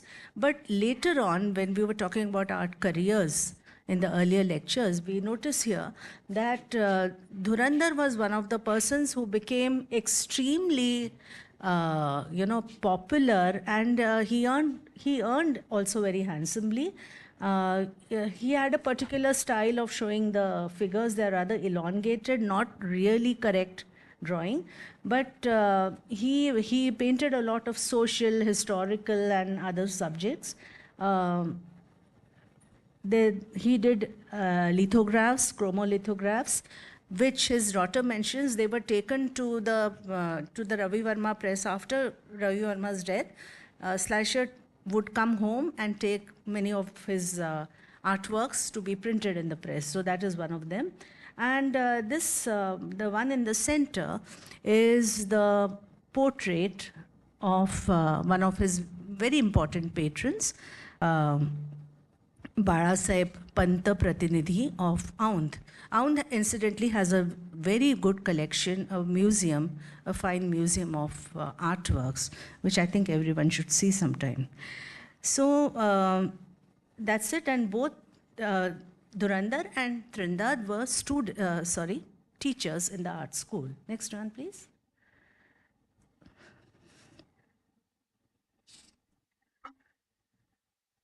Dhurandhar's contemporary was the extremely talented A.X. Trindad from Goa, whose drawings display a remarkable understanding of human anatomy and chiaroscuro. Nicknamed Rembrandt of the East, his portraits of family members, friends, and prominent personalities form the major part of the artist's oeuvre. One of Trindad's paintings, Flora, a portrait of his beloved wife, Florentina, shows her reclining leisurely on the bed with a dramatic use of light and shadow. And this, somehow, it always reminds me of Rembrandt's famous work called Danae. There's some kind of, similitude in both the works. That's why I got it here. Then next one. Sorry, just previous one. So this is again a very intimate portrait of Rembrandt's large family. They had built a house in Mahim, in one of the now a suburb in Bombay. So they're all gathered together doing their studies and homework, and that's the mother supervising them. From the illustrious Tata family, Lady Meherbai Tata, and of course Annie Besant to the right. Next one. So I'm just focusing because there are so many artists. I mean, you just cannot do justice to them in this 20-25 minutes of a talk. So, but I just got the few earlier ones who made an impact on the art scene of Mumbai. So one of them was Savara Ram Haldankar, who started an art school. So apart from, studying from the parent school, many of them established their own art institutes, and Hardankar was one of them. And Hardankar was a very, very good watercolorist, as also very proficient in oils. And the next slide, which we have here, mentions Cecil Burns, one of the important principals of the art school, who laid great stress on watercolor, the medium of watercolor. And this is a portrait of Burns by Trindad. And that's a rare one which I found somehow. It is a club in central Mumbai called Bhaikala Club, no longer there obviously, but that was done by Burns. So apart from the various kinds of subjects which we just saw, there was also, next one, a lot of landscape which was done in the school. These are some of my father-in-law used to collect a lot of illustrated weekly magazines, and my husband, who's also an artist, found these very rare photographs in that particular those cuttings he had kept. So that is actually the JJ School of Art in the backdrop, and some students. It almost looks like this even now. Then students worked with different mediums. There was pencil, there was watercolor. Next one.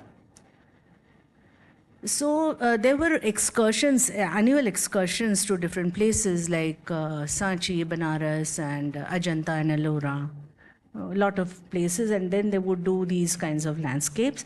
Again, we have some works by Raza, early Razas in our collection, and I'm referring to JJ School of Art as my own domain somehow. So that is one Raza which we have got there. Next one. Next one, please. This is a very rare photograph which is published in the Art India magazine sometime earlier. So I thought it was a very good introduction to the sculpture studios of JJ. This was in 1937. By Homai Vyarawala, the famous photojournalist. It shows students busy in the class learning anatomy from a live model by making clay maquettes. Homai herself was a student of JJ School of Art, though it is not known what exactly she studied there. We go back in time to the late 19th century at the point where Kipling had already exited the school to teach at Lahore. Till then, the reputation of the art school rested largely on architectural sculpture, as is observed in what we saw just now, as also in the decorations of the iconic Victoria terminus. English teachers did not encourage sculpture as they thought that Indian minds were incapable of understanding classical Western sculptural norms. However, it took, next one. Yes, just stop there. However, it took just one brilliant work of a young sculptor, Ganpatrao Mahatre, to prove them wrong. Mahatre, all of 18, catapulted to fame overnight when his life-size plaster of Paris sculpture called To the Temple won the prestigious silver medal at the Bombay Art Society annual exhibition. It shows a Maharashtrian lady draped gracefully in a 9-yard traditional sari, elegantly coiffured, carrying a plate of offerings and heading to the temple. I quote Pathomitar here, Mahatre's triumph seemed to vindicate the Indian ability to absorb the Greco-Roman precepts painlessly. So a lot of people praised this to the skies. One of them was George Birdwood, who he was very fascinated by the artwork, and he compared it to Canova. Rabindranath Tagore commended the sculpture for its excellence in marrying Western classical form and Indian subject. So after this sculpture, this just one-of-a-kind sculpture, Mahatre never had to look back, and though he did a lot of sculptures for his own, he also became a very important sculptor who did commemorative sculptures. So he went on to establish his flourishing studio in the city, venturing into largely commemorative sculptures. One of them, next one, of Justice Ranade, stands near the Maidan in Bombay. But it is, many observe that Mhatre himself could not, match up to what he has produced in his first shot. So after Mhatre, next one please, there was this tradition of academic naturalistic sculpture in JJ, as you can see from the works of V.P. Karmarkar, another very important sculptor who also had his own studio and produced works as this, as well as commemorative sculptures. Next one. Then there was another one called Talim, whose work is also extremely graceful. That yellow dot which I've shown on the top was the gold medal, symbol of the gold medal won at the Bombay Art Society. So working and exhibiting at the Bombay Art Society was a big thing. And the next one, we have Raghunath Phadke, who was not taught in the art school, but this work won him a sculpture. And then he has done a very, very nice, majestic Tilak statue on the Chowpatty, that is a seafront in the city. Next one, please. I'm going to conclude with the Ray Art workshops, and because we have had a lot of discussion on workshops and crafts earlier, but JJ as such did not produce anything of really great significance, I would say. But we have to be, in the narrative, it's an important thing. It is still running. It's still running. Under the initiative of Lord Ray, then Governor of Bombay, the government sanctioned a sum of rupees 45,000 to build a separate workshop where various crafts could be taught. The Ray Art workshops began functioning in 1891 with training imparted in cabinet making, wood carving, weaving, and ornamental metalwork in brass and iron, as also jewelry. Master craftsmen from different regions were brought to train students, and for most part of his teaching career in the JJ school, the artist A.X. Trindad remained appointed as the superintendent of the Ray workshops. Griffiths, in this case, has also written a monograph on copper and brass pottery, which was published in the Indian Art Journal in 1894. So just we'll run through the workshops. The building still is there. It has been renovated, but these were the late 19th century images from that time. Next one. And then, of course, certain objects which very difficult to source, but there are certain art objects from the workshops. Next one. Such as these. You can go to the next slide. So we are going to conclude, because as I told you, I will not be running through the long narrative. There's lots more to say, so perhaps we can have a sequel later on. Anyway, so on to Solomon. It was when Gladstone Solomon took charge as principal of Sir J.J. School of Art in 1919 that some crucial changes were made in the art school curriculum. Solomon was instrumental in starting the nude study class. He wanted to use the nude drawings, and he wanted his students to understand that the nude, if they knew how to, draw the anatomy correctly, it would be useful in something else which he had envisioned, and that was murals. So he started the nude class and also the Indian decorative class or the mural class, in which easels were replaced by low desks and students were made to sit on the floor. By 1915, Calcutta had firmly established its position in depiction of non-illusionistic art as a true expression of the Indian spirit, with the Bombay Art School continued to be firmly entrenched in Western naturalism. Aiming to get a share in the ambitious New Delhi Secretariat mural commissions, because Lutyens was building up many new buildings in Delhi, for the JJ School of Art students, Solomon's groundwork was acquainting the students with the Indian decorative styles. So here are some of the specimens from the archives. Next one. This is again from the Illustrated Weekly. A class in progress. Next one. Gladstone Solomon's own untiring efforts to get the message across that Bombay School was also geared up for, making murals. So he published two important books, the mural paintings of the Bombay School and the Bombay Revival of Indian Art, to get home his point.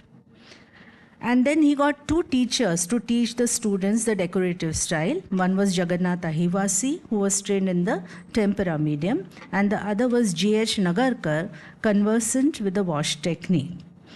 So they were the main teachers for the mural class, which it was either known as the mural class or the Indian decorative class. Next one. So as a trial or to prove that they were also the contenders for the mural project, they sent it. They made an Indian room full of teak and decorative designs and paintings of the students, and this was literally exhibited in the British Empire exhibition in Wembley in 1924. So these are the images from Wembley. Next one. And these are some pictures, old pictures of the mural class. This is how it looks like. Next one. That is the work of Ahivasi to the left and Nagarkar to the right, two important teachers for the mural class. And now we come to the showpiece which they have in the JJ School of Art. Next one. Yes, this is the mural which is there in one of the studios to lay stress that they were also competent enough to participate and execute murals for Delhi. They made this preparatory kind of a mural to showcase to the British government. So it is called Kala Devta Pratishtha, and it is not in the traditional mural technique. It is done in a technique called marouflage. So Kala Devta Pratishtha is a huge mural in one of the studios in JJ, which was executed in 1919. And it was inaugurated with great pomp by the then Governor Lloyd to display the students' talents. Solomon finally, next one, we just have some more details about the... So it's a combination of their understanding of anatomy, the human figure, as well as the flat, non-illusionistic decorative style, which they wanted to practice later on. So that is how this mural evolved. Next one, please. So these are some of the ways which the students proceeded with the artworks, sketches for the New Delhi mural. Next one. Next. Please stop here. Solomon succeeded in getting a share of the New Delhi project for the art school, where a team of teachers, including Nagarkar, Dhurandhar, Ahivasi, and Bhonsule, along with the students, participated. The technique used here is not true fresco, but this is marouflage, where the designs and where the artworks were prepared initially in the Bombay school, in the art school premises, and then they were taken to Delhi. So actually they are, it was a very awkward kind of a combination of architectural spaces and designs which did not really gel well. Next one. This is what, these are the cartoons, these are the preparatory sketches which Dhurandhar did for the Delhi Secretariat. Next one. These are two arches in the building premises with these murals on the top. These are also all marouflage. Next one. And yes, I wanted to conclude. Solomon's direction gave birth to a new style, the Bombay Revivalist style, which became popular in Bombay in the subsequent decades. So what started off as an exercise for the Delhi Mural Commission finally culminated into a new kind of a style, a new fresh kind of a style, which was a competition for the Bengal revivalist style, and which became extremely popular in the art school. So there were classes where you had to work at the easel, of course, and then in oils and all, and then there were classes which you could opt for, where Indian traditional styles, Indian decorative styles were taught. And one of the main, very important practitioners of this style was Raghuveer Chimulkar, of whom not much is known, but he was from Goa, and he became a very important, he practiced the Bombay revivalist style to its fullest. Next one.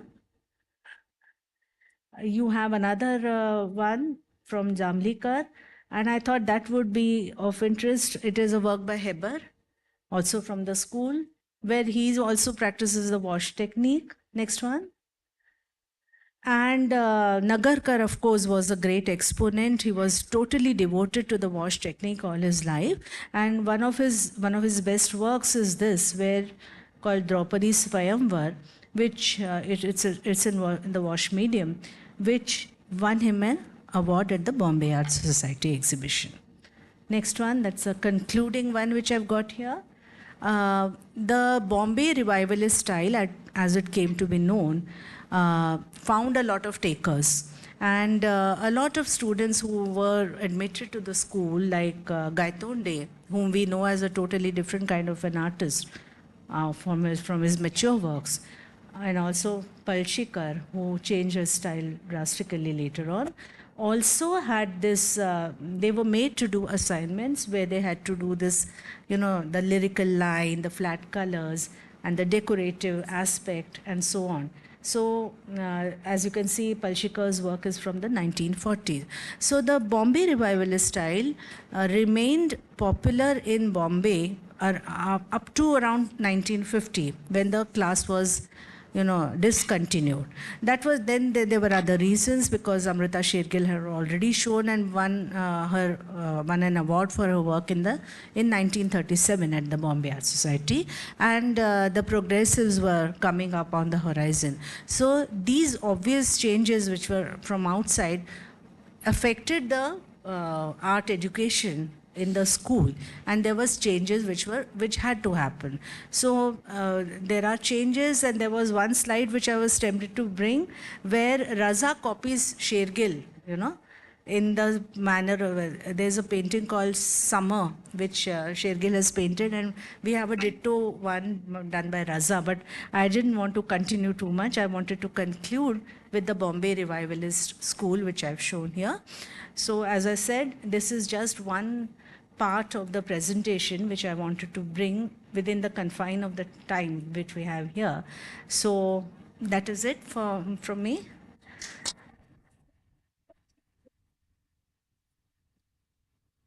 Thank you so much.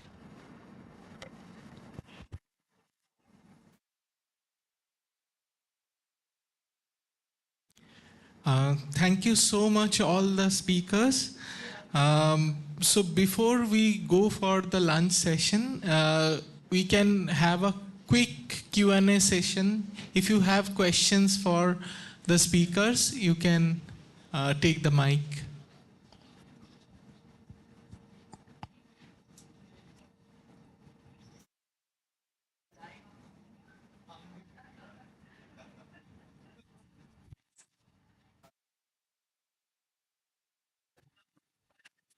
Yeah, but I think we are late, so let us break for the lunch.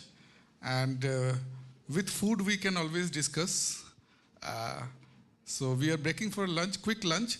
And immediately after that, we'll have our technical sessions in 3 venues. The online session has already started. The 2 more venues are one is the moot court in the third floor, and one is the boardroom in the ground floor. The volunteers will be guiding the participants as well as the session chair. Thank you very much. Meet you in the technical sessions.